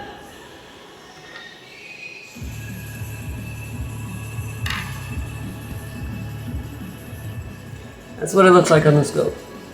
So the CPU is executing instructions.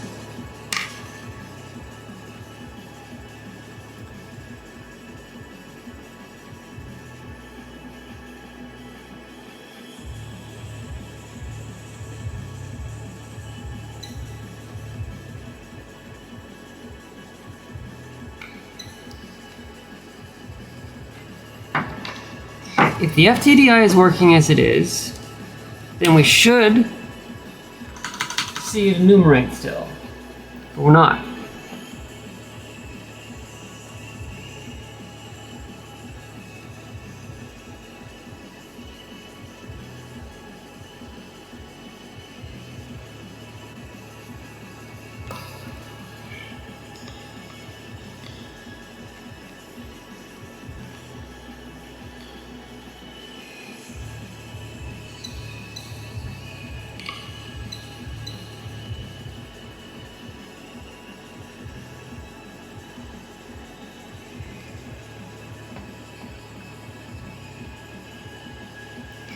Kind of a little weird that those are both high. That's just power. That's ground. That's a signal. That's I can't remember which one's which, but with the serial chip out, I would have expected one of these lines to be low, as in the signal that's coming out of this chip into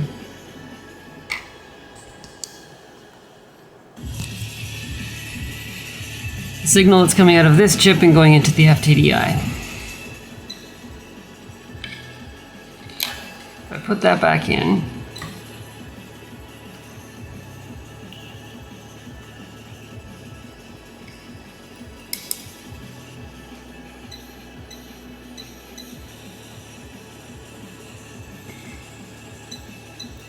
You see that light? It is not supposed to come on.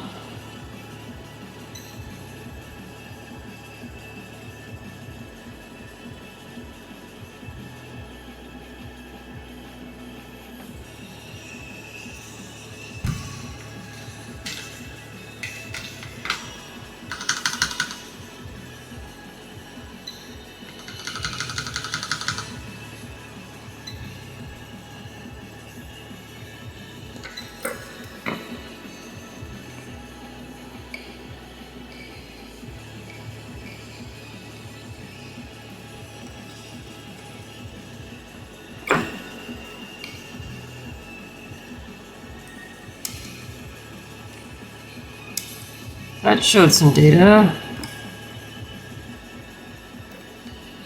That's probably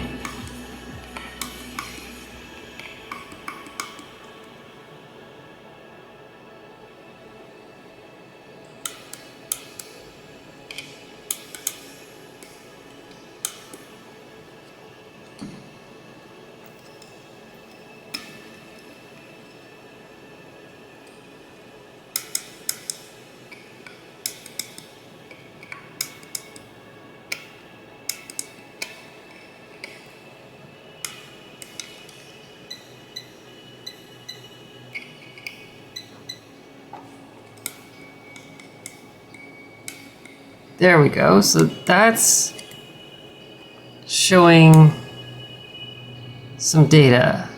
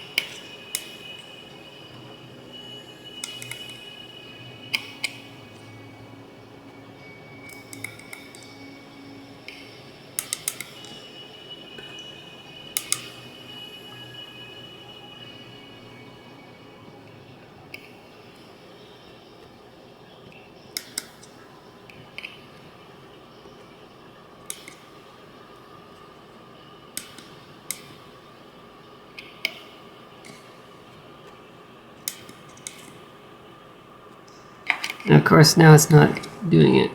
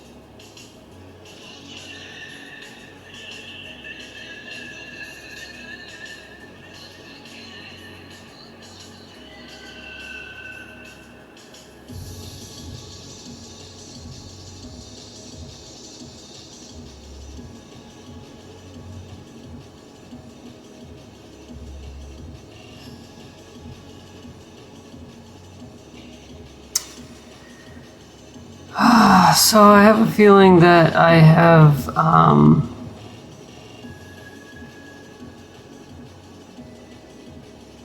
guess damaged the FTDI chip. It's that, or it just needs to be like it's just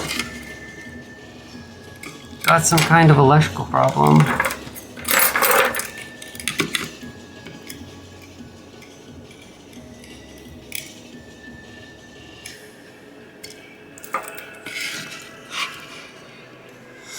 I could just try resoldering it all.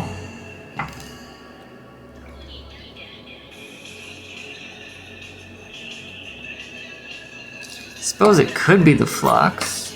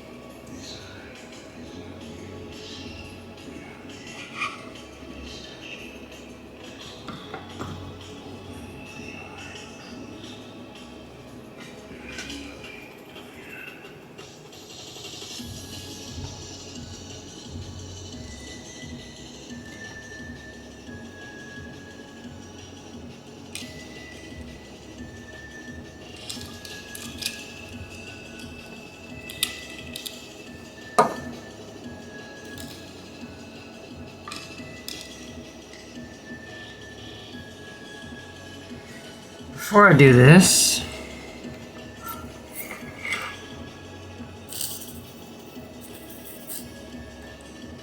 well, that came off anyways. I was gonna try and see if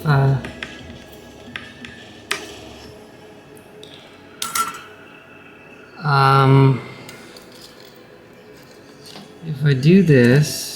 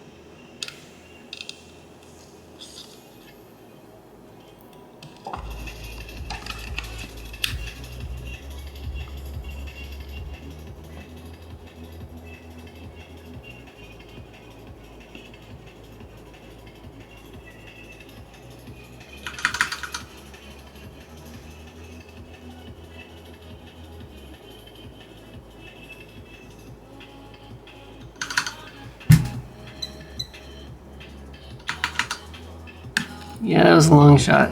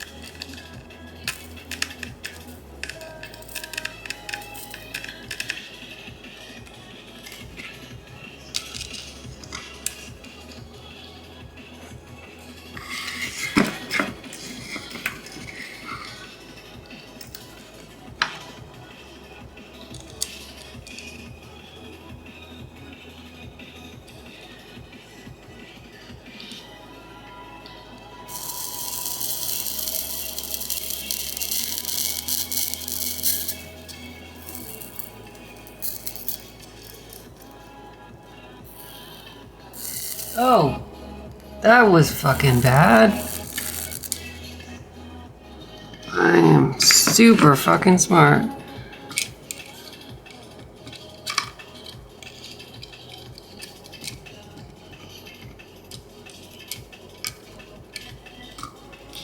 I had it plugged into USB and I was like, what's the USB connect disconnect sound happening?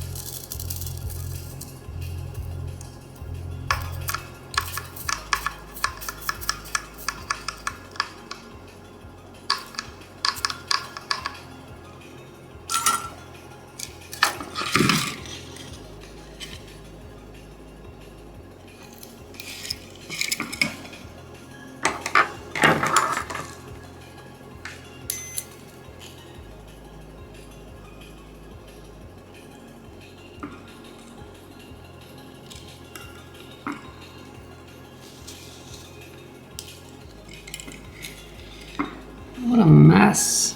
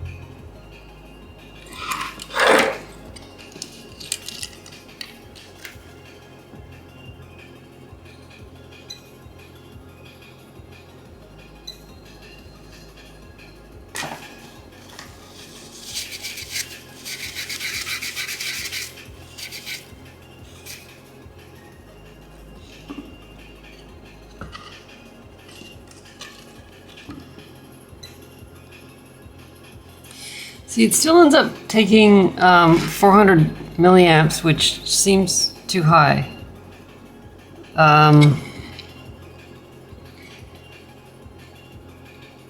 Which could just be like the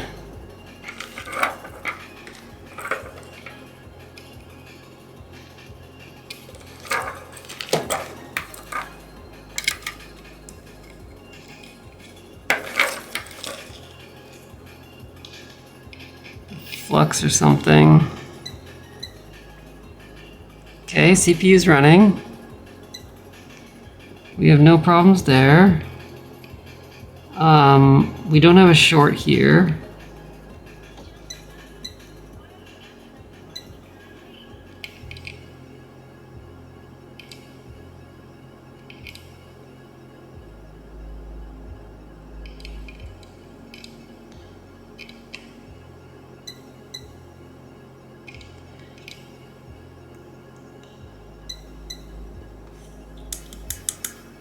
Okay, so that's the CPU transmitting, because we don't have power to the FTDI at the moment.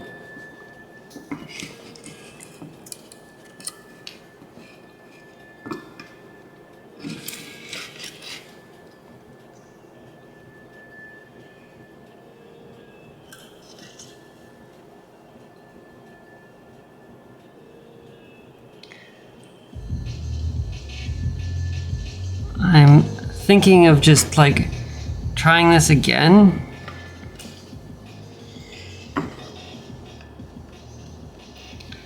But if this doesn't work, I'm going to give up. Don't know what I'll actually do. Obviously, I'm not gonna like give up, but like either I solder on the connector while I'm here and doing things, or I call it a day. I don't know.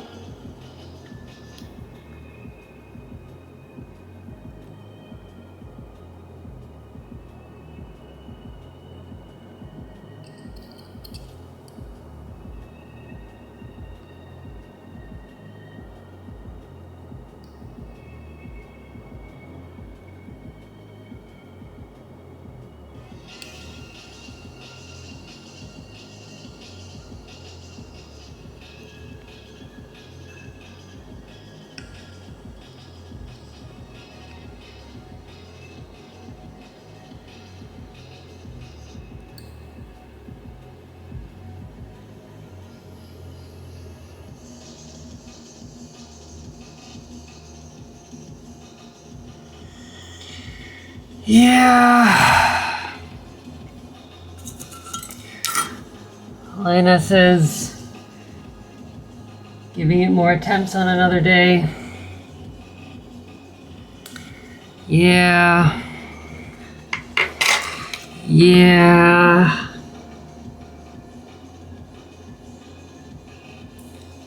But also, I'm a stubborn piece of shit, so, you know.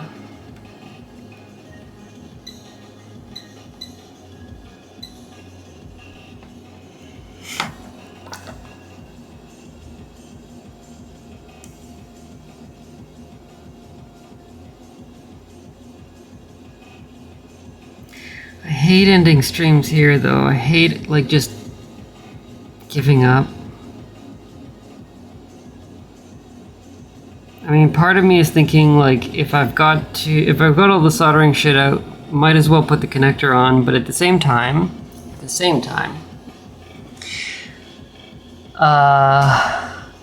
if I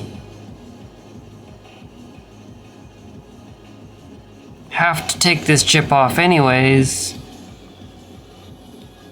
then I have to dig all the soldering shit out anyways.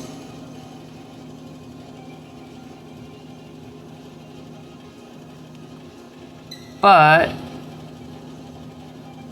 I'm also kind of thinking, like, what if letting the board dry overnight will magically fix it? In this case, I have a feeling that I'm quite doubtful of that.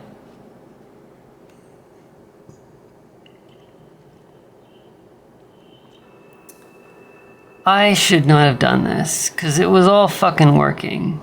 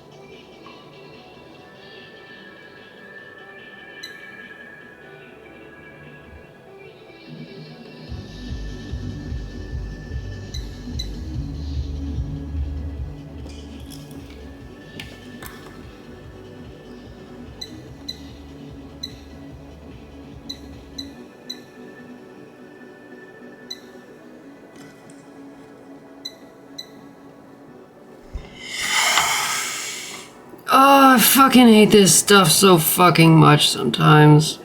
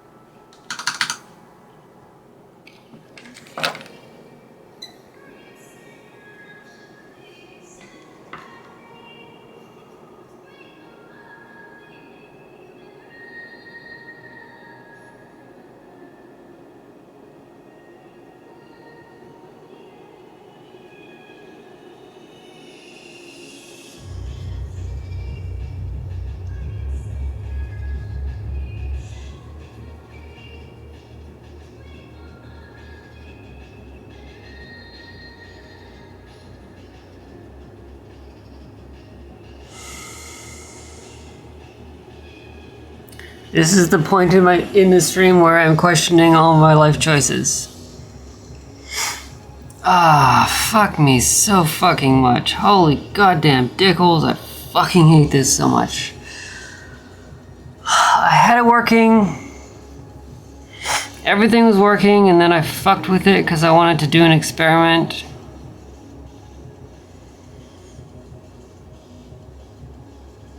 And I either fried the chip or it got mis-soldered or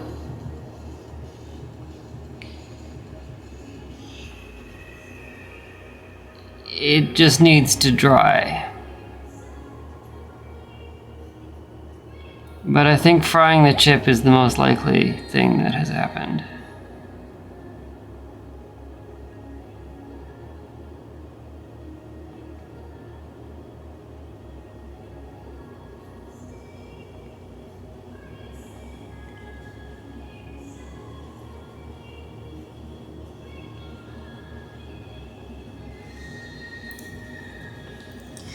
But the CPU is running, right?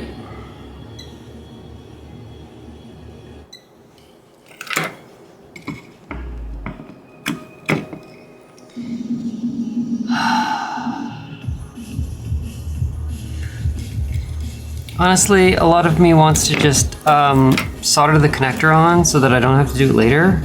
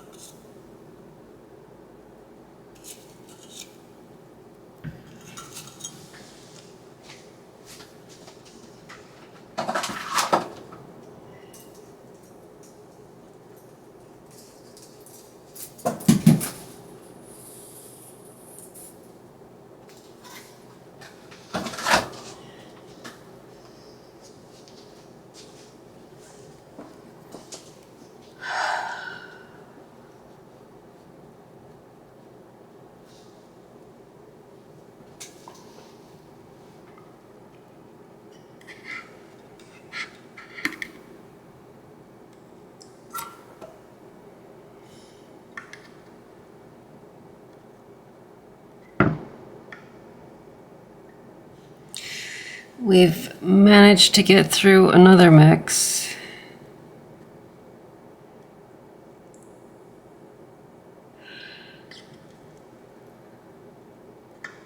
I kind of just want to do this quickly, rather than starting another mix.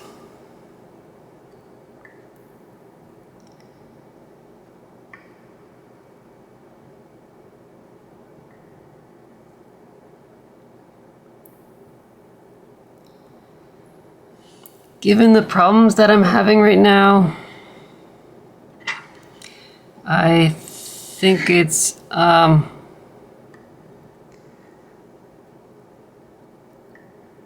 unless things like magically start working again tomorrow, which I doubt,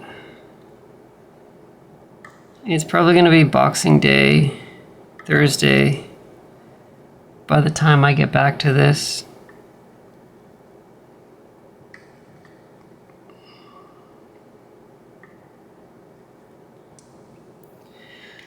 Oh, joy, joy.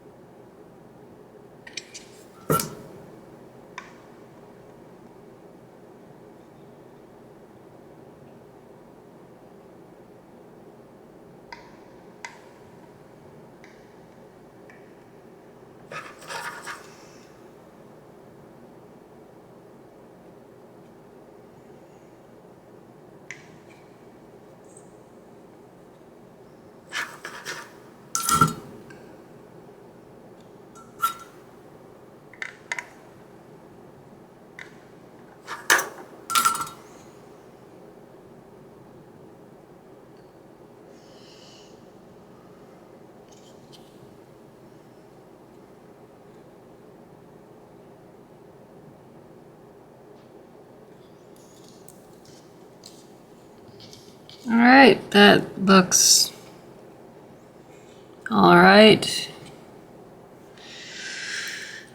One last try of that FTDI. We still have the same problem.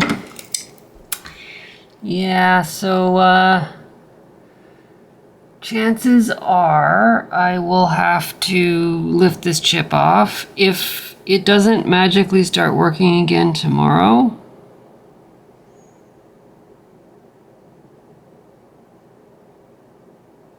Then I am going to lift that chip off.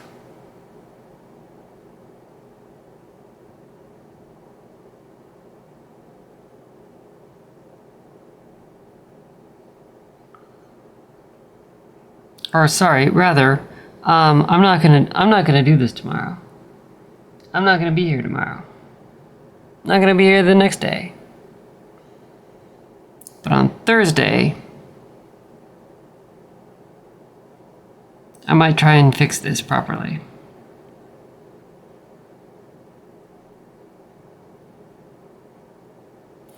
And if I can't get this to work, I always have the option of using this pin header and putting an FTDI on there. And I know it'll work, and I know it won't cause me problems, and I know it won't have the power cycling issue. So there is a workaround. If I do solder onto here and use the pin headers with an external FTDI, I kind of need to take this chip off anyways, or else it will conflict. So, yeah.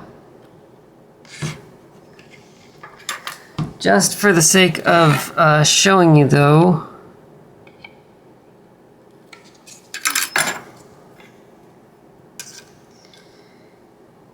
that's what it should look like at the end once we get the faceplate on.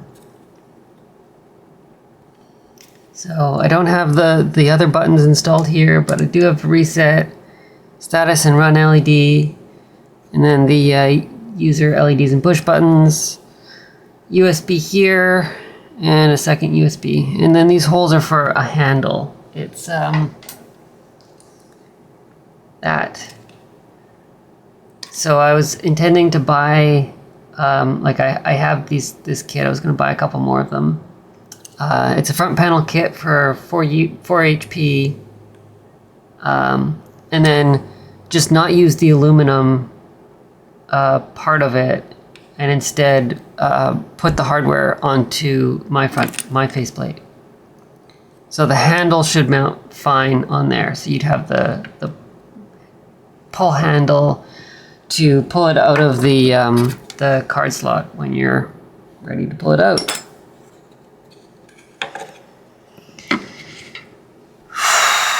What a fucking mess of a day. Holy goddamn dickholes. That was not fun.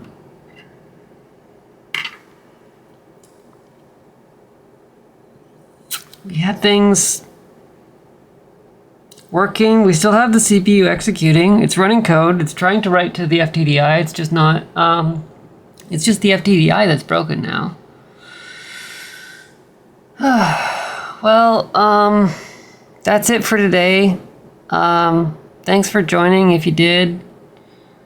I will see you in a couple days, and we'll find a workaround and see if we can get a program loaded into RAM, which will use the VMEbus, and then we can do the final debugging of the logic that will control the transceivers and talk to the VMEbus.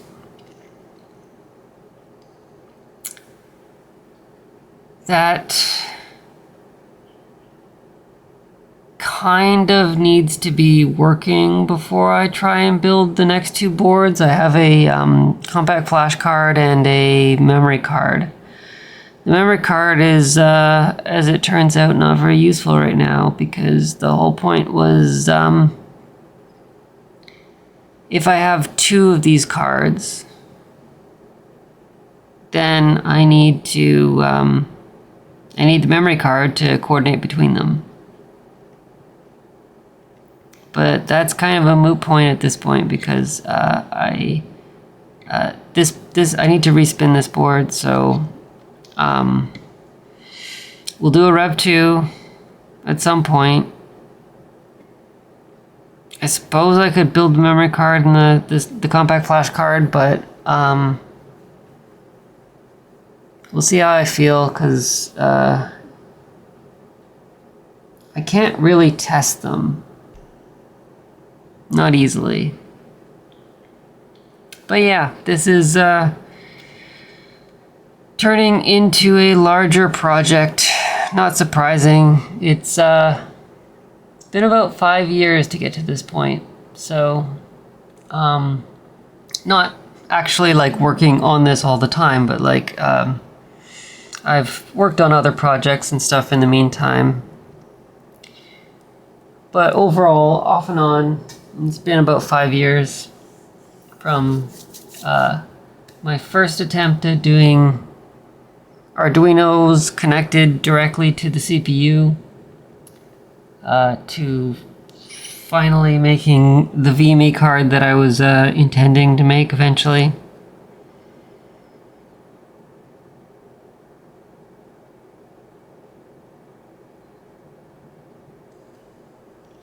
But yeah, thanks for joining. I'll maybe see you next time. Bye.